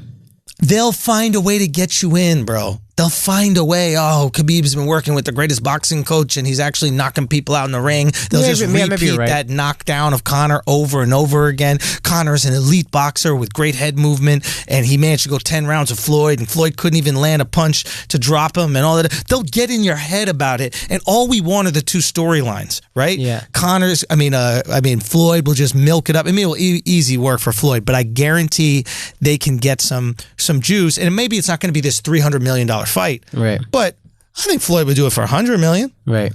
And who doesn't want to see undefeated versus undefeated? At the end of the day, we don't give a fuck about belts. We care about personalities, right? Right? If you're going to tell me Drake and Pusha T are going to fight, I'll pay for it, right? If you're going to tell me if you're going to tell me Bill Gates and Warren Buffett are going to fight, I'll watch it. Yeah. It doesn't matter. We thought it was about belts. We thought it was about being great. No, it never has been. It's about, do you like this person? Do you not like them? I'll watch YouTubers box. Exactly. Everybody, millions of people. Like, how pathetic do you feel as a professional fighter, right? You are getting these guys in the UFC, even the elite guys, 100, 200 grand for a fight. Right. These two fucking YouTubers fight each other and make millions each. Yeah. Millions each. One of them, Logan Paul, is known for doing splits. That's what he does. He goes to the Great Wall of China, does a split. I don't even know the fucking other guy. Millions of dollars. Your sport is not about your skill. Mayweather is arguably, to the casual fan, the most boring fighter in history. I love it. Right. I'm a purist, but I love it. But to everybody, he's the most... How is the most boring fighter in history the most paid fighter in history? Because we don't give a fuck about the skill. Yeah. The casual fan cares about the right. Listen, there's a reason why every major fight has Mexico in it. They are rabid fans. Right. Torrid, or whatever that fucking word you used was. Torrid fans. Right. Right? Not to mention they make the best fights. Right. You have to have a Mexican in a fight. If it's not, it's almost not worth watching. Right. Okay, I see that. You have to. It's chicken soup. Azteca. You need it. Yeah. You need it. If they're involved, it's a war. Right. It's a fight. Yeah. You gotta be warriors. You've never seen a fight where the Mexican guy didn't engage, didn't try to get shots off, just ran the whole fucking time. Right. Never seen it. It doesn't exist. Even the prettiest of pretty boys, Oscar De La Hoya, a fucking warrior in the ring. Sitting there, something cultural. Out of the ring, princess. Out of the ring, princess. Warrior princess. Where you're fucking. Xena. He's Xena. He really is Xena. That's what Oscar is. He wears the same shit, but once he's in the ring, you gotta respect it. Yeah. Imagine getting your ass kicked by a dude that wears skirts. He should have worn a skirt in the fucking ring. fishnets. He should have really owned that whole Dude, thing. when I was boxing, I used to paint my nails. I had a man bun. I used to paint my nails. I mean, they couldn't see your nails. You think that you walk into the boxing gym with fucking gloves on? Oh, okay. I see what you're saying. Okay. I got you now. You're boxing guys that you know in the gym. Right. But I'm this guy with long fucking hair and a ponytail, man bun, and I got my nails painted, and then I'm beating the shit out of you. How do you think that's infuriating? Oh, yeah. You don't want to get your shit kicked in by the fucking guy who's got painted nails. For sure. That's why Oscar should have ran with that. 100%. Run with the 100%. fucking fishnets. Come to box in a fucking nightie. Yes. You know what I mean? Be the guy. Be soft. Be dainty, and then beat the shit out of him. Disney nightgown. Hot. That's the move. What else? Damn, bro, you got nothing, bro. I gotta carry your ass, bro. What are you talking about? Fucking come on. Look at the list Bring of topics. some shit, dog. Fuck. Give me a thought. Let's see what I had written. I had Conor McGregor Cowboys, Patriots, 50 Cent Khabib. The Khabib quote. I got it. Yeah. So, look, I saw something today that was kind of annoying. Or yesterday, it was kind of annoying. And it was, this happens with everybody. It's like what they just basically like, the narrative, look, obviously we know racism exists in America and it's awful. It's a stain on American history. It still persists today. This is not to take away from it. But what happens is whenever anything happens to a black dude, there's an immediate comparison to a white guy doing the same thing. Right. And right now it was Odell is on the sidelines. Oh, this thing bothered the shit out of me. Shit, right? And he's kicking shit. And the video clip was something like, why is it when Odell is on the sidelines kicking shit, he's a diva and he's a problem for his team? And then it cuts to Tom Brady, and it's Tom Brady on the sidelines kicking shit, yelling at coaches. And when Tom Brady does it, he's passionate. I'm going to tell you why. Because Tom Brady wins. That's it. When you win, you turn from diva to passionate. Remember that Michael Jordan guy? You remember him? Punch teammates. Michael Jordan would knock dudes out in practice. And you know what we called him? Passionate. He would scream at motherfuckers. We called it passionate because 6 for 6 in the finals. If you win, all is forgiven. If you lose, nothing is. Everything is held against you. Everything is. Odell is a loser right now. Now 0 playoff wins. He could change his career. That's possible. But at the moment, you're a loser. You know what doesn't come across as passion? What? Taking a picture on a fucking yacht with Trey Songz 5 days before a playoff game. Before your first playoff game. That's true. We don't look at that as very passionate. No. Now, do whatever you want with your fucking time to calm down. That's fair. But like you said, everything will be held against you. If you win that game, you know what people are going to say? It's important to get your head right before a game and make sure you're in the right space to win. Even that, you're Joe Namath. Joe Namath was the coolest motherfucker on earth. Joe's out in the club exactly. John Wall. If John Wall has a great season this year, nobody's going to talk shit about him partying all the time. Because he said, I like to party. I like to go out. That's what I like to do. If you have a great season, guess what? Blow the steam off. Do whatever you want to fucking do. Hey, who gives a fuck? That's it. John Daly won once. John Daly, the golfer, won one championship. Yeah. For eternity, he has been forgiven for being fat, smoking cigarettes, overweight, a complete slob. All you had to do was win once. One will get you everything. And now you're not a slob that wasted his talent. Now you're that fat, fun guy. Yep. You're fat and fun. Everything's okay. So it's just so easy every single time. Like it happened with the Cosby thing. Every single time we do it, and it's very easy to get caught up in that. But why don't you look at what's really going on here? It's so easy. Don't compare yourself to a fucking winner, right? And Odell could very well be a winner in his career. At the moment, he's a loser. If I see LeBron yelling at someone on the court, when LeBron looked disgusted with J.R. Smith after J.R. Smith's dumbass didn't know the score, was I like, what a diva? LeBron, what a diva. No, this guy's a fucking champion. He wants to win. Yep. Of course he's disgusted with you. Of course he's not saying a fucking word on the bench during an entire timeout, not even looking at his teammates. Yeah. That's not a diva. That's a winner. Yeah. He's a champion. Yeah. I mean, what do you want to tell your teammates? If to your point, if it was John Wall doing that, I'd be like, man, what the fuck? Be a leader. You have to earn it. Be a leader. Yeah, you absolutely have to earn it. But I think that's what it just comes down to. Is like, there are people who are allowed to yell. And then some guy was like... Grunk is allowed to party. Right? Grunk is allowed to go on the yacht. Brady is allowed to go on vacation the week before the Super Bowl. They're allowed to do that because they win. And you know how you know it's not racial? Again, I always bring it back to the Cowboys, but Tony Romo, the best team he ever had probably, he went to fucking Cabo during the bye week. And I'll tell you this, the city of Dallas, with Cowboy fans... with Jessica Simpson. Jessica Simpson and Jason Witten. Yeah. The city of Dallas never forgot that. Really? Never forgot that. And he even said he had like a football life, like a documentary. He was like, that was a mistake. I don't think it actually impacted the game, but it didn't look good. I shouldn't have done it. The city of Dallas remembers that to this day because you didn't win. If you won, you're the illest dude on earth. Exactly. But you lost, so nobody thinks Tony Romo's We thought he didn't work hard for years because of that. Right. Years. Yeah. It's like, what are you allowed to do? What is acceptable the week before? Can you go out to dinner? Do some private shit. If you want to fuck, you have to isolate yourself. If you want to fuck if you want to be wild, just don't get out. And if you're just a wild dude and you want to fuck 1,000 girls, have 1,000 call girls sent to your apartment. Fuck them, and that's it. Yeah, but at the same time, it's like before something big and important, I want to like be out of my apartment. I don't want to be in my head. I want to be doing things. I want to be relaxed, and I think that's why these guys go take vacations. Sure. They go do things literally to calm the immense amount of nerves that are going on. Hey, let me just go to the ocean, watch the waves. Let me put myself in the most serene, calm environment because I know if I'm in Boston, I'm gonna have people driving by my apartment or my house every single day. I think they went to honking the Cabo horn or something. Cabo ain't no fucking relaxing environment. Cabo's like a party place in Mexico. Listen, the resort that you're at depends what it is. Like, New York is a party city. Again, I can take you to a really calm place in New York. Cancun is a party city. I can take you to a really calm place. If you're Odell, don't take a picture on a fucking yacht, put it on Instagram. But they're not going to. Don't put it on Instagram. Fair. But he's not going to, when he's going to Cabo, they're not raging at the fucking, what is it, Senior Frogs. Do you know what I mean? Like, yeah, I'm trying to find my whatever the thing was. But like, they're having an adult vacation in a place where they could calm down. And most importantly, a place where you're not going to have fucking cameras everywhere all over you. Because that's what it would be like in Dallas. I completely get getting out of home.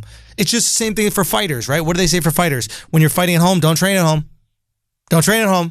Yeah. Every uncle, friend, cousin, brother, sister. They also say don't fuck while you're training. Yeah. Yeah, sure. I mean, like, there's arguments to that, but like, sure, and yeah, I'm fine with that. But I'm saying like the distraction that comes with it, right? There's a reason why they all go to Big Bear. There's a reason why they get the fuck out of home. Listen, I'm not gonna sit here and tell any athlete what they should do because I'm not the fucking athlete.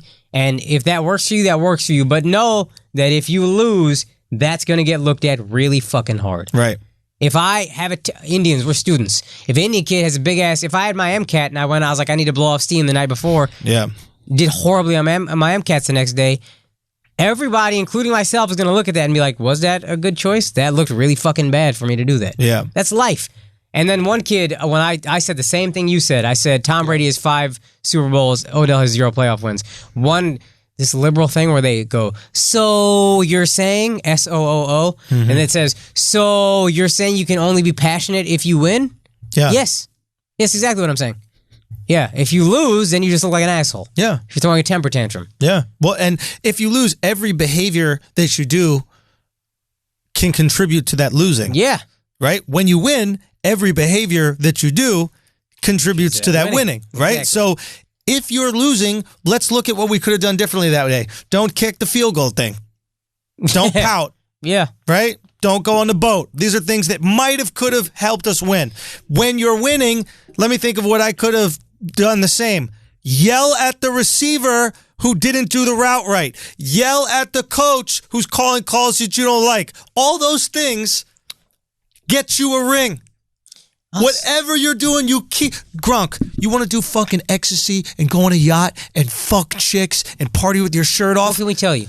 I can't tell you shit because when the ball gets thrown up, you catch that son of a bitch and then you stiff arm these tiny little corners into the fucking ground. Now, more importantly, your team wins. If your team wins, it's all good. Absolutely. If Odell was on New York, if Gronk was on New York, acting like that, we would not. And they were 1-4, New York would not ride with it. That's it. No, 100%. What the fuck is wrong with this kid? Winning what is it? Winning calms all storms, or winning, Winning is makes the you best medicine, forgive, cures whatever, all everything, these different fucking things. But it really just comes down to winning. Whatever you do, winners we appreciate. Okay? A motherfucker that, like, for example, who's what's the guy that I'm thinking about right now? Put it this way, I'm trying, I forget the exact name, but somebody, for example, who's like really brash and doesn't give a fuck, right? Right. But he's winning. Yeah. We go, I love the fact that he just says what's on his mind. Yep.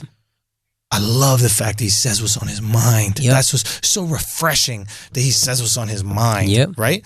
A motherfucker that's losing and does the exact same thing, we're like, he's just insensitive and he's just saying shit to say shit. If Jay Cutler won, nobody would think Jay Cutler's an asshole. Is he Jay an Cutler asshole? wasn't good.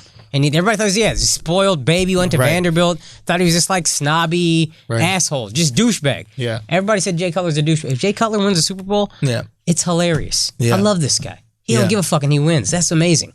So that's really what it comes down to. If you have a shitty personality, just win. Welcome to life. This is your entire life. Everything about your life and who you are is forgiven once you win. And I'm telling you, you could see it just with people in general. I see it. I see it with the way people interact with others that they feel like they can help them. If somebody can help you, people are nice to you. Yeah. If you view someone as an asset to your life, people are nice to you. Simple as that. If you think when these execs come around, or directors or producers and all this shit come around the comedy clubs and all the comics kissing ass and all that kind of shit like that, they're just Judd Apatow, right? Stand up. I don't find his stand up funny at all. No. You can't say that to all the comics that are around him because they want to be in Crashing. Right. Right? Of course. And I understand there's nothing wrong with that. Right? Yeah. It's to be honest, the Jews understand this about human nature so fucking well, and that's why they've been able to thrive in places where they really have not been quite popular, is because they understand the value of being an asset to somebody. Right. Right? Like, how can I help you? As long as I'm helping you and you're the guy in charge, you don't want to get rid of me. Right. I'm a help to you. You make money with me. Yeah. And it's a genius way to look at just people in general. Be an asset. But if you're not making that person money and I got to deal with you crying on the fucking sidelines, guess who gets clipped? Get out. Get out. I can't believe he's still on a team. He sells tickets. He's The electric, Giants. man. When are the Giants not going to have a sold-out game? He's electric. He's a fucking, it's incredible. He's incredible. But, You know what's incredible? Winning. and I said this on the podcast, Tony Winning Dungy, is incredible, man. that Eli interview, Tony Dungy counted the number of times Odell referred to himself was 100 plus in an interview. Well, it's That's about him. What is he supposed to say? the team. We got this to work on. We got that to work on. Yeah. Sure, you're going to say I a lot, but like, I mean, it's crazy. I need to do this. You know what I've thought about this? It's tough for these kids who get fame so young when they don't even know who they are yet. Yeah.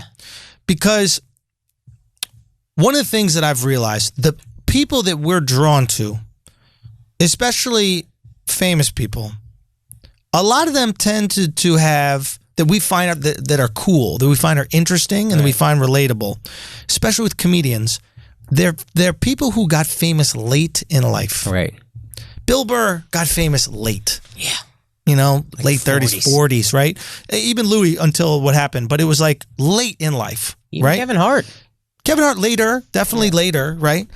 And what happens is when you get famous late in life, you establish who you are as a man Yes. or woman already. Yes. You go through your 20s and some of your 30s where you start realizing, oh, this is what I'm insecure about. This is what I'm confident about. Yep. This is what I believe. This is what I like. This is what I don't like. I'm good at socializing with people. I'm not get good at comfortable in your own socializing people. You get comfortable in your own skin and you truly find out who you are as a man or woman. Right.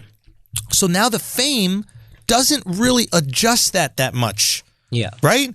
You just continue to be yourself in these environments and you're comfortable being vulnerable because you know who you are and what your vulnerabilities are. Yep. Right? That's why we fucking love Bill Burr. He literally feels like he hasn't changed at all since he got famous.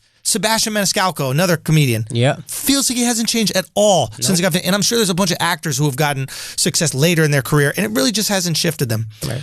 These athletes get famous at 19, 20, 21, 22. Yeah. They have no fucking clue who they are. So now who they are becomes what people say they are. That's very true. Right? Yep. So you have no clue what your foundation is. You know you're confident at football, but these people truly really don't know much about the rest of the world. They've dedicated their entire life to football. Yep. So their identity is dependent on this football thing. And it's dependent now also on this other thing, what people are saying about them. Right. Jeremy Piven is a bad example, but he was the guy who played Ari on Entourage. Yeah. And he's become Ari. Right. Andrew Dice Clay, another one. Andrew Dice Clay was a Jewish guy from Brooklyn who was playing an Italian character. Right. All of a sudden, he is That's this all they character, want to see. right? Yeah. People want you to be Ari from Entourage, Right. and they want you to be Andrew Dice Clay, and all of a sudden you start going, well, I guess I am that. You don't have a strong enough constitution in who you are because you were too young when you got the fame. Yep. You don't have a strong enough constitution to be like, well, that's not me. That's just a character. Yeah, you don't have the sense. It takes a long time to figure out who you are. You know what? And I credit this. David Schwimmer from Friends, Right. Ross, the guy who played Ross. Yeah. I think he's pretty miserable. And I respect it. And you know why he's miserable? Because everybody wants Ross. And he won't fucking give it to him. Yeah. He said, that's not me. I'm not fucking Ross. Okay? I'm not going to live up to this expectation that you guys have of me. Right. Now, it's impressive he was able to do that, being that he got famous with Ross so young. Right. But like Seinfeld's another one, unapologetically who he himself, and he got famous late. And I'm dying to piss, but I need to say this. Yeah. LeBron, that also makes it really incredible. Because I remember LeBron, I used to see him and say, this guy is really not comfortable in his own skin. I used to really like Dwayne Wade because he seems so much more comfortable in his own skin than LeBron. Yes. Just natural in interviews. LeBron was always trying too hard. Yep. And then I thought about it. I was like, this is an 18-year-old kid who got handed the world. Mm-hmm. And I think I was... With the greatest expectations ever of any athlete in history. Yeah. And I was like 6 months older, so I was thinking, now I look back, like, I had no fucking clue who I was at 24. Yeah. But now you have seen LeBron make it through that, and now he just is himself, and he knows who he is. Yeah. And it's really impressive to see that he didn't... I mean, I think Miami 2011 was part of that, like trying to please everybody else, but he made it through the other side. No, it's really impressive to see, and it takes a lot of fucking confidence and like real talk. Go pee and hurry up. But I'll keep on, kind of elaborating on this point. But yeah, it's something that I thought. I remember I was talking to somebody after a show, and somebody kind of commented, are you worried that you'll change when shit blows up? Are you worried things are going to be different when it blows up? And they're like, yeah, you're so similar to how you are at the on the podcast or how I see you. And I told him, I was like, man, I'm 34. It's like, what is there for me at this age to change into? Who would I become? What is this person that I would be? No, I have already really worked hard on becoming that. And I remember when I was young and I got the Guy Code show, and there was some fame attached to that. And I would be interacting with people, and I felt an expectation to live up to this idea that they had of me. I was like, I guess I got to be funny in the moment. I guess I got to do these types of things. I got to be this kind of person. And if I felt that, I can't imagine what Odell Beckham is thinking. I can't imagine what these athletes are thinking. Every time Odell meets somebody, they're probably like, dance. And he's like, all right, I got to do a dance. I'm good at dancing. I should dance now. You just don't know who you are enough to operate in that world and push up against resistance. Because sometimes who you are is not what people expect, and they get upset, and you're like, fuck, I don't want to let this person down, right? So it takes a lot of, like, if you watch Jerry Seinfeld, he's a really interesting one to point out. Jerry says some things that are completely rude and almost dickish. Oh, yeah. And he gets away with it because he's being authentic in who he is. There's an entire show called Curb Your Enthusiasm based on the idea of being yourself in every moment, even when yourself might not be the best way to be. Larry David's character is basically someone who goes, I'm just going to be me. every fucking second of today. You know why else, to tie it all together, you know why else Seinfeld gets away with it? Why Larry David gets away with it? Because Why? they win. Absolutely. 100%. Larry David is broke. This is a He's miserable a dick. motherfucker. He's a I hate miserable, him. fucking cranky dick. Absolutely. But he's worth damn near $1 billion, and God bless him. He's Ari Spears. Yeah. Oh, yeah. If he's broke, he's Ari's, yeah. You know, Aries, whatever. Whatever his name is. Ari Spears. Yeah, he's just upset, miserable, angry at everything. But if Aries was a billionaire, we'd be like, this guy's so funny. Refreshing. Look how pissed off he still is. He's got $1 billion. Refreshing honesty. Yeah, he's still on stage, still doing comedy. What a fucking guy. So there is something to it. Like, people listening now that are young, and you feel like in certain environments you find yourself like kind of wavering a little bit and like letting your personality be, affected by the people around you. That's normal. Yeah. You're still getting your fucking footing in the ground. Right. Finding out who the fuck you are. Go look back at all your pictures. When you're in high school, you dress like all those other guys. In college, you dress like these guys. And now you're at your job, you dress like them. You're influenced by your environment. And eventually you get to a certain age where you're like, this is how the fuck I like to dress. I like wearing comfortable sneakers. Right. Or whatever it is. You find out who the fuck you really are. I am like, we need to get like a young athlete on here. No, maybe an old athlete on here, but they got fame young, and just ask them what that was like, and ask them if they've ever really found self, if they really truly know who they are, or so much of who they are was influenced by what people told them they were supposed to be. Yeah. Think about these athletes, man. They're 19 years old. The team is telling them how to talk in interviews. The team is telling them how to respond to the press, what to tweet, what not to tweet. They don't even have a chance to develop their sense of humor. No. Right? Like, because everything, it's like, I remember you said this about this really hot girl. She was awkward, and you're like, of course she's awkward. No one has ever known how to talk to her whole life. yeah, she's dealing with people at their most awkward. Yeah. You're this beautiful woman. You're dealing with stuttering dudes all the time. You're not getting like normal conversation. Similarly, if you're an athlete, everybody already loves you. So like, how can I got funny because I was fat. Defense mechanism. Yeah. No one gets funny because they're feeling so great about themselves. Right. Right? You're getting funny to protect yourself. It's a fucking weapon. Constant adulation if you're an athlete. What do you have to protect yourself from? It's tough, man. It's tough to know who you are, to be a person when you're famous and rich that young. Absolutely. And imagine not having like a strong family unit. Oh, fuck.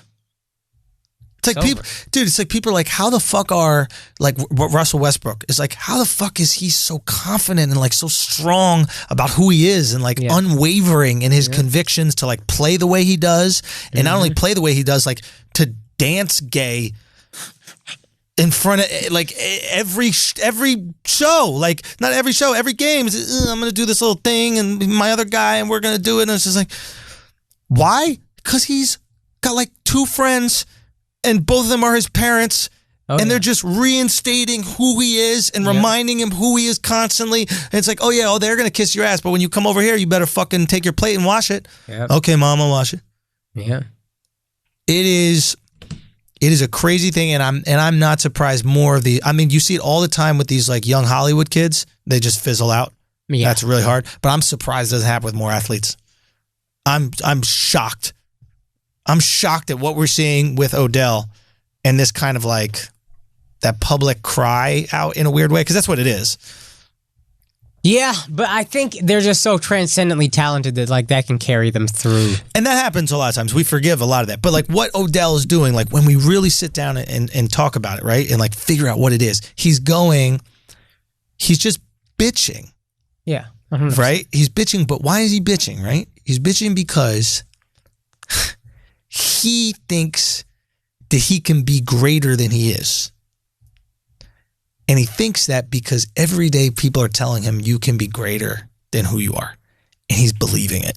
And it's easy to get involved in that matrix, right? Right. It's so easy to go on Twitter and hear all the good shit. Meaning he could be greater than he is if his teammates were better. There you go. He's getting told it's not your fault, it's everybody else's It's everybody else's fault. Everybody else holding you back. Hey, you should be getting 200 yards a game. And then he starts going, I should. Yeah. Why am I not getting 200 yards a game? Every time you touch the ball, you score. Yeah, well, you should be getting 20 touches a game. AB's getting 20 touches a game. Why aren't you getting 20? You better than And then AB. he goes, I should. You're believing the hype because you're not sure who you really are. Right. Someone who's sure who they really are goes, you know what? Maybe the offensive scheme, because I'm the most talented person on the team, and they know they're going to me every single time, They double me a little bit more. Right. Whereas AB also has Juju. Yeah. So they can't really throw as many doubles on You AB. got Sterling Shepard on the Giants. Exactly.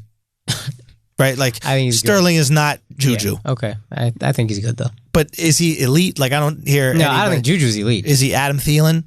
No. Do you know what I mean? I think Juju might be elite, but whatever. That doesn't matter. The point is like, there are other ways to go look at it. Right. But when you're in that matrix, man, and we've both been in it. Yeah. You know, you do back in the day our little shows, TV shows. You go and look and see what the comments were. Yeah. You know, how'd I do? How did you just reinforcing it? Yeah. Fill in the void. It's a fucking tough thing, man. It's tough. It's real tough to know. It's just tough to constantly get feedback in general. But yeah, especially if you're 18, 19. Yeah. Yeah. Just takes time to find out, man. Takes time to find who you are. I think it's one reason why people find so much comfort in culture. Oh, it's roots right there. That's roots. It is a formula to fit in. Right. And we like the formula. We like the rules. We like, how do I be a person? Most of us want to be led. Of course, absolutely we want to be led, but more so than just being led, it's like we want to know how to be. Right. Why do you think religion works so well for so many people? It's like, what, there's no fucking rules in the world? Hey, here are the rules. Tablet, 10 things. Don't do that. You don't want to have to think about too much. Chipotle built $1 billion restaurant off of the idea that people don't want to think too much. Chicken, pork, beef, barbacoa. You're like, what the fuck is barbacoa? Yeah, that's too much already. What, I gotta speak another language? Just give me the chicken, pork. You know, Chipotle fell off once they started introducing fucking sofritas and queso. And now everybody's like, yo, I'm done with Chipotle, man. I'm done. I'm over it. Too many options. I have so much admiration for these people that can go into Walmart without a panic attack. I go into Walmart and I literally start shaking. I'm like, I need a lawnmower.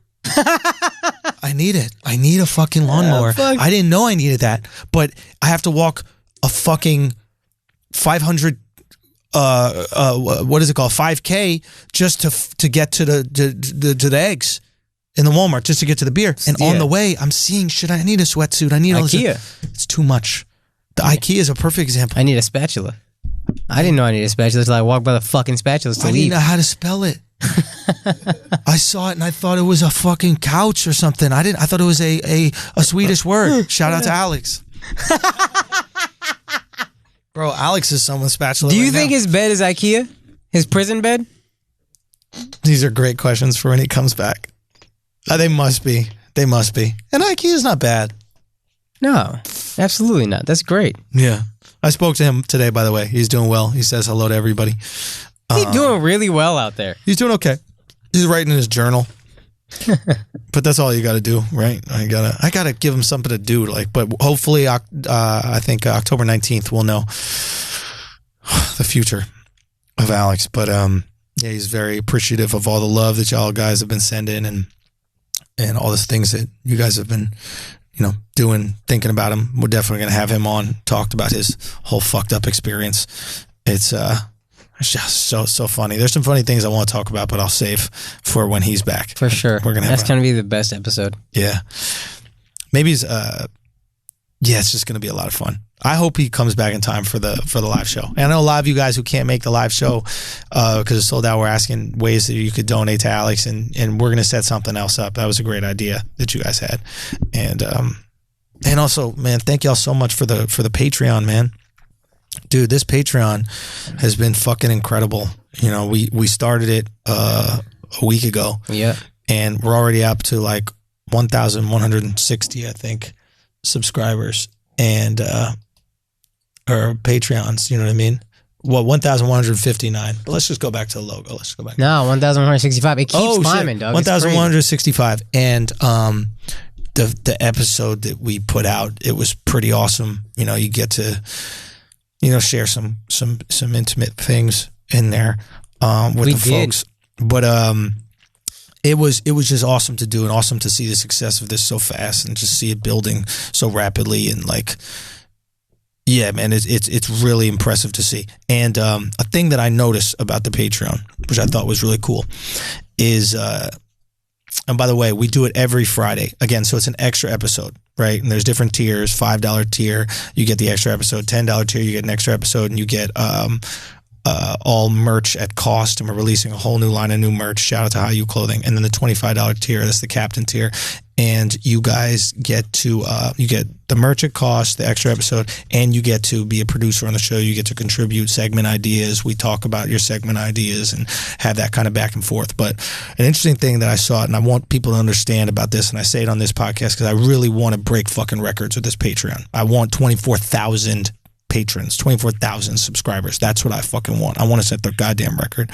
And a really interesting thing that I noticed was that the people that really what we have going on here is we have a very interesting community. A very interesting community. And there's a guy named Muhammad Abdi, right, who on the message board, because there's a message board where everybody can kind of talk to each other, you can post things. He posts, he goes, hey man, here's my T-Mobile number, right? Because if you have a T-Mobile number, you can get free Wi-Fi on flights. Right. So he goes, here's my T-Mobile number in case any of you guys need Wi-Fi on flights. Right. And on my flight back today, I use his T-Mobile number and I get this free Wi-Fi on a fucking flight.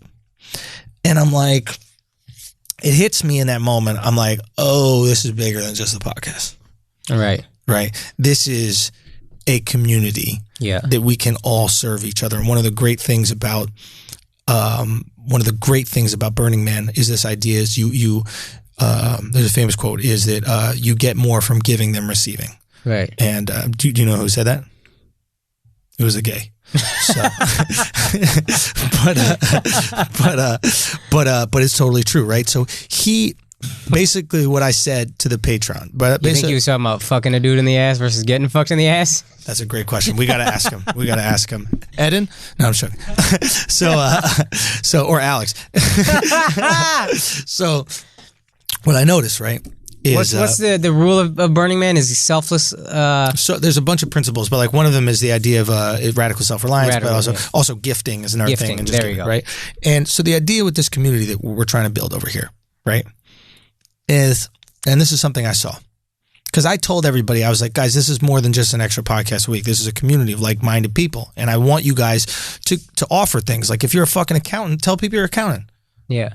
These are other people who fuck with you. They think like you. They like the same shit as you. Right. And we are all coalescing. We're coming together in this army. And a motherfucker might need an accountant.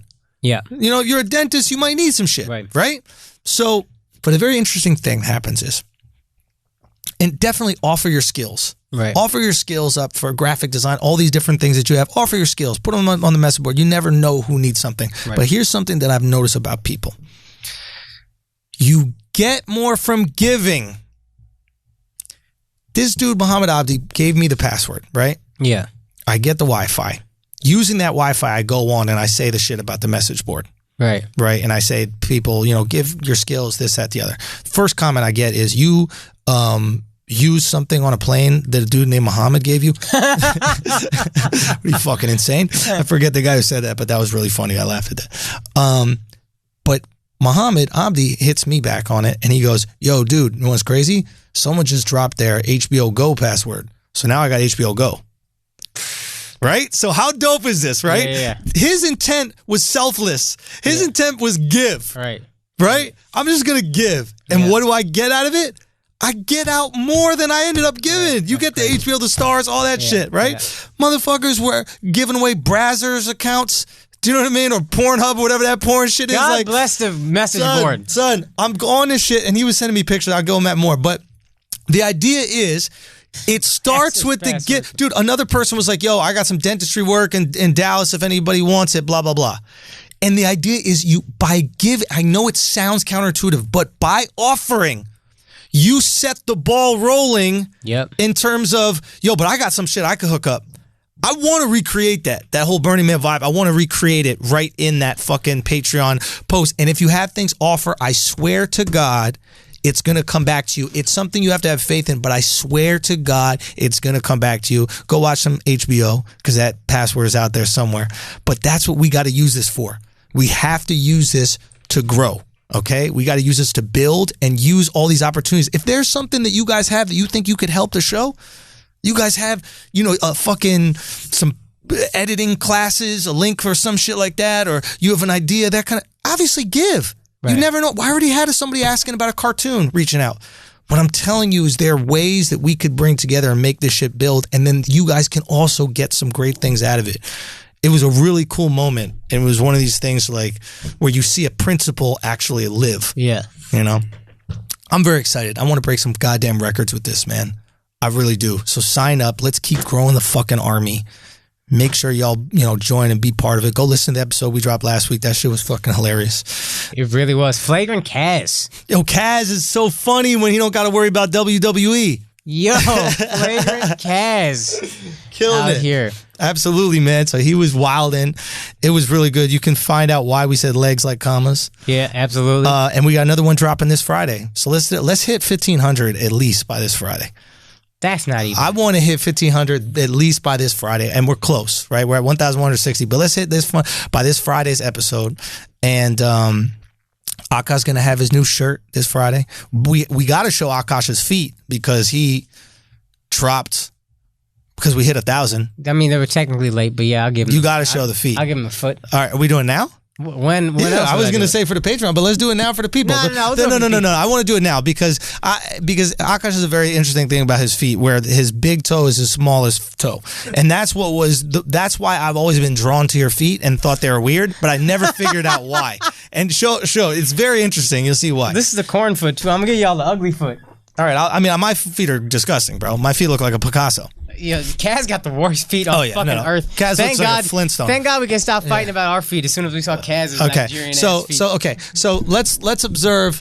Nah, man, the first and the third are equal lengths. No, son. Okay, so let's just observe the. My foot is cute. Real talk. It's a cute point little it this foot. way so I can look at it. It's a cute little foot. Okay, I think your other. Okay, so your big toe is at the same level as your pinky. That should never be the case. That's my pinky mad down. These three toes.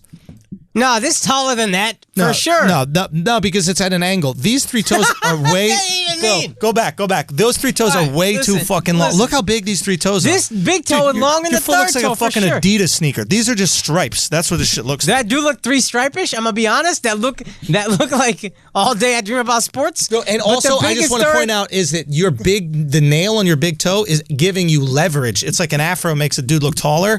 That nail is extending past the toe by at least a centimeter. If you cut that nail down, that's shorter than the pinky. Nah, the pinky mad far down, fam. It's just because of the angle. The pinky half a toe. My pinky, that's got a nasty ass corner. Show the other one. I think the other one is even more disgusting. Show the other one. Yeah, show both feet? Yeah. It's even more disgusting. Okay, all right. Ooh, hold on. You're out. You've been moving all day. You know what I mean? Let me see. You've been moving all day. Let me see. Let that shit go a little bit. Okay.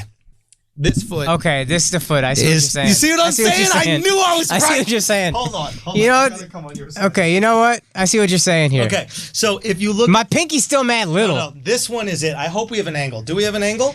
Okay. What? Get your hands off my feet, fam. I don't like this, fam. Listen. I don't like this. I know. I'm on your ankle. Don't touch my fucking ankles, Look how low set your big toe is. Your big toe, you have a fucking monkey's foot, bro. That's a hand. Look at that. Oh my God, I just touched it. Why are you taking pictures, dog? Why are you taking pictures of my feet? He's gonna look at that and then compare it to some chimpanzees later.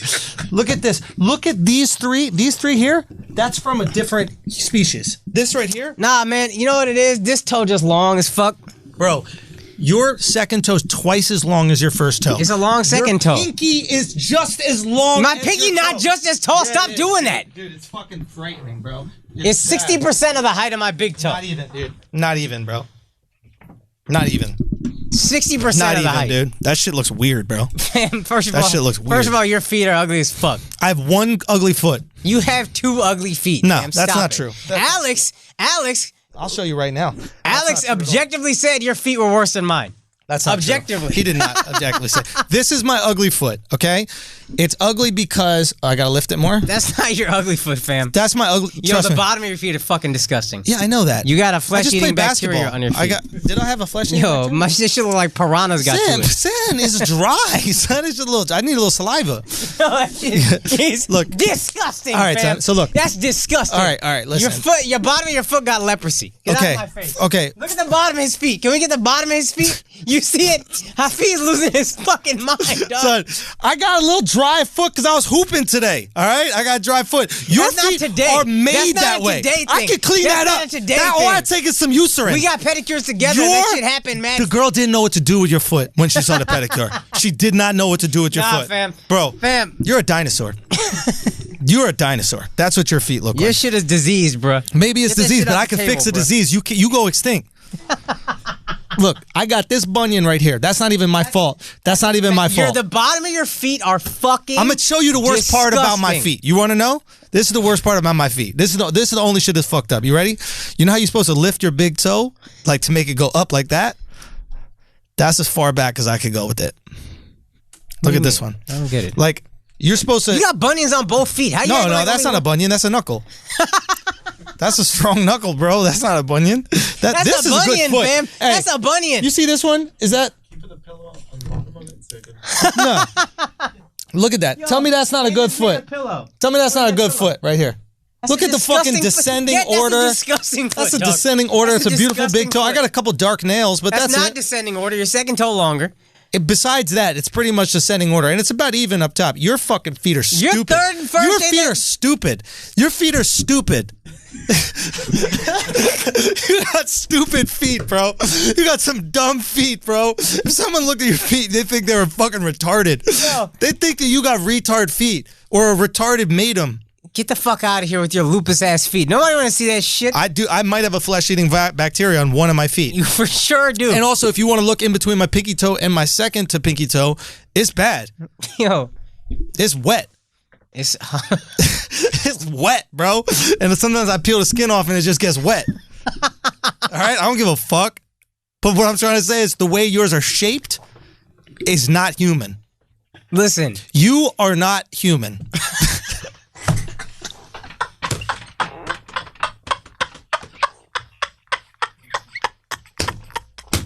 Yo, son, you part alien, bro. You ever seen a teenager got mad acne on his face? That's the bottom of your feet. I got Derrick Rose feet.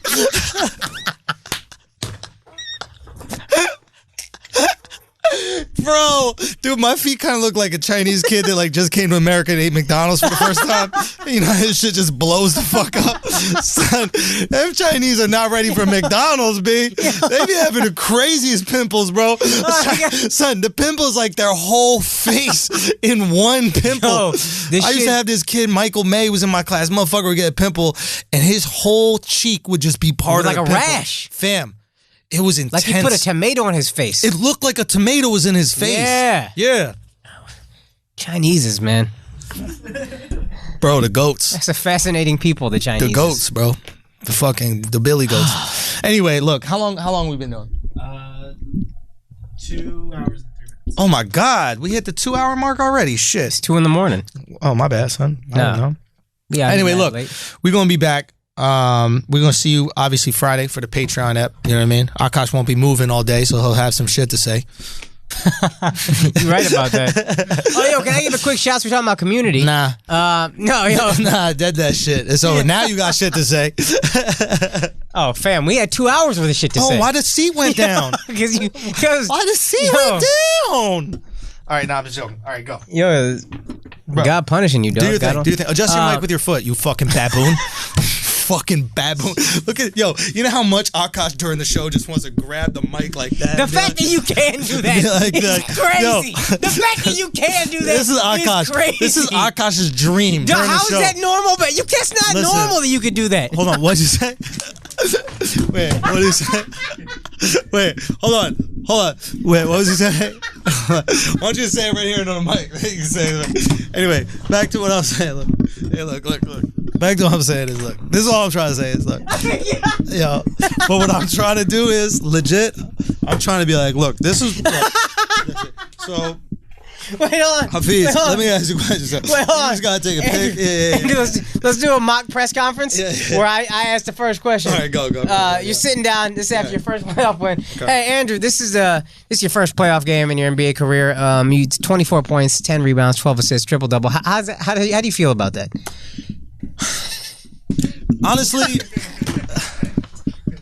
honestly, people are probably gonna attribute this victory to my primate-like skills, and I just feel like that would be completely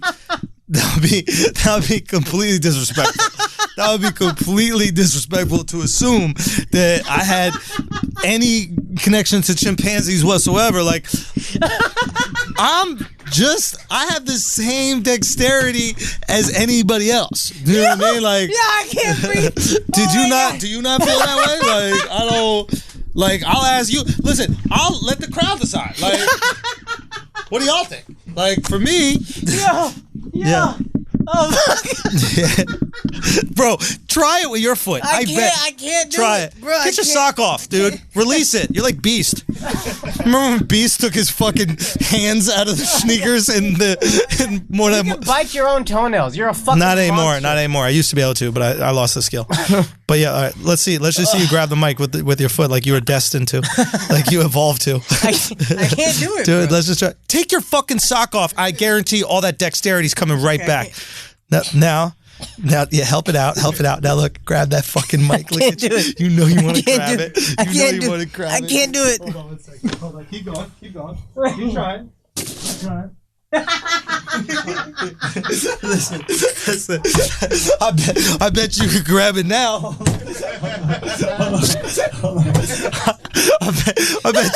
I bet you could grab it now. For everybody who's listening, I just put a fucking banana on the microphone, and immediately his toes start stretching. Try to just take the banana peel off of the mic. Just try to do. Yeah, see, I take that nasty off. I'm not gonna lie, I snatched the shit out of that banana peel, son. You see how quick? Listen, bro. Real talk. Hey, real talk. Look, all I gotta say is, listen, bro. All I gotta say is, listen. Look, if I wanna have a press conference, listen, why can I not just have a press conference where I just eat a banana and I just talk about my shit? Like, why is that crazy? Oh gosh, what do you listen? God. Oh fuck. What? Oh fuck. Listen, I'm a comedian. I'm not a monkey. Everybody thinks I'm a monkey, but I'm not. People need to respect that I'm a comedian. Okay? There's nothing monkey about me at all. Oh my God. Okay? Why would they even assume that? Do you know what I'm saying? Oh fuck. I'm done with this banana, so let me just... Oh man. That's how much I love bananas. I threw that shit back at me. Anyway. Oh my God. You really think that you couldn't grab this with your foot? I tried. I think it's more hip flexibility. I don't have hip flexibility. Yeah. My toes could do it. My hips aren't willing. Yeah, you definitely got human hips. That's for sure. Fuck.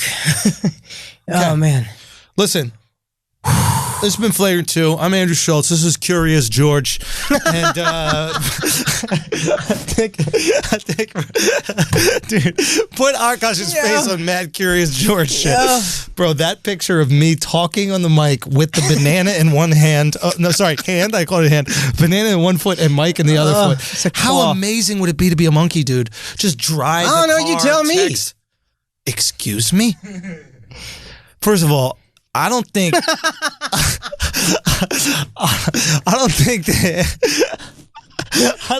there's anything monkey about me, bro. Oh man. What are you even talking Oh my about? God. What do you even Bro, you are crazy. You do for real do that though. What, smell my shit? Yeah. Yeah. Oh man. You don't smell your poop after you take it? No. I mean, I smell it in the air, but I'm not. You don't take the toilet paper up to your nostrils and sniff and huff it. Oh boy. Not ever. Pulse. That makes me want to throw up for real. Does it? Yeah. Have you ever looked at your feet? Yeah. They're cute. Your feet are cute if you were a fucking emperor penguin. I don't get it. I don't get it. You said it mad aggressively though, so I feel like you're They right. got those same 3 toes as you. Oh fuck. Just 3 toes. She's cute. Clapping. Anyway, we got to get out of here. You got some dates? Yo, this Friday. Nobody cares. Listen, let's just no, for real. This is actually a big show. This Friday at the Bronx Zoo, Akash is going to be juggling plantains. So if any of you Puerto Ricans that live up in the Bronx want to come down and see him juggle some fucking plantains. All right, go. Oh my God, Levittown. Come if you're in Long Island. Come to Governor's Comedy Club in Levittown, Friday, October 19th. ABDC's our headline, and come fucking through New York. Are there a lot of Indians out there in Long Island? Hell yeah. Are there?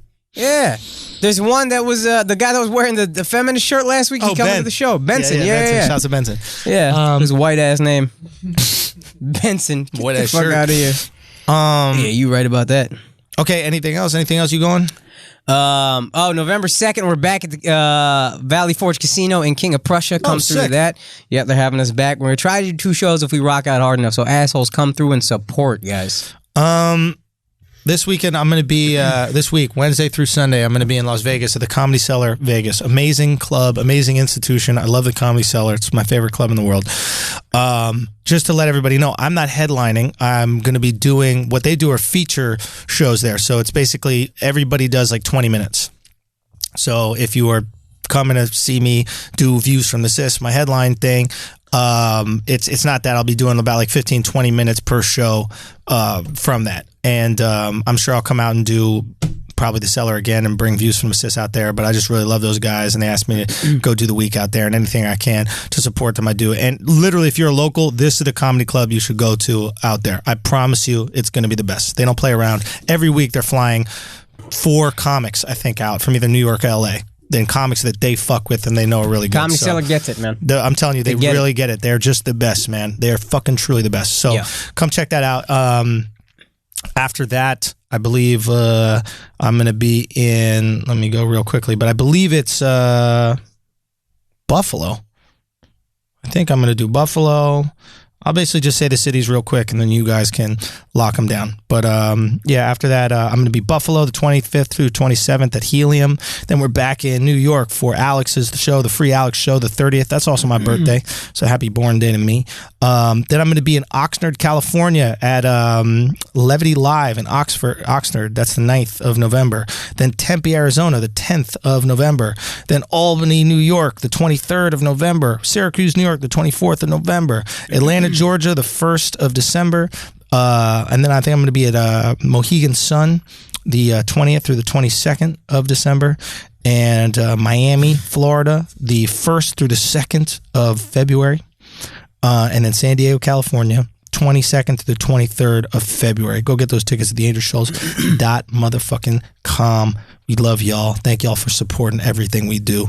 More flagrancy every single week. We'll see some of you, hopefully all of you, Friday. If not, we'll see you next Tuesday. Peace. God bless.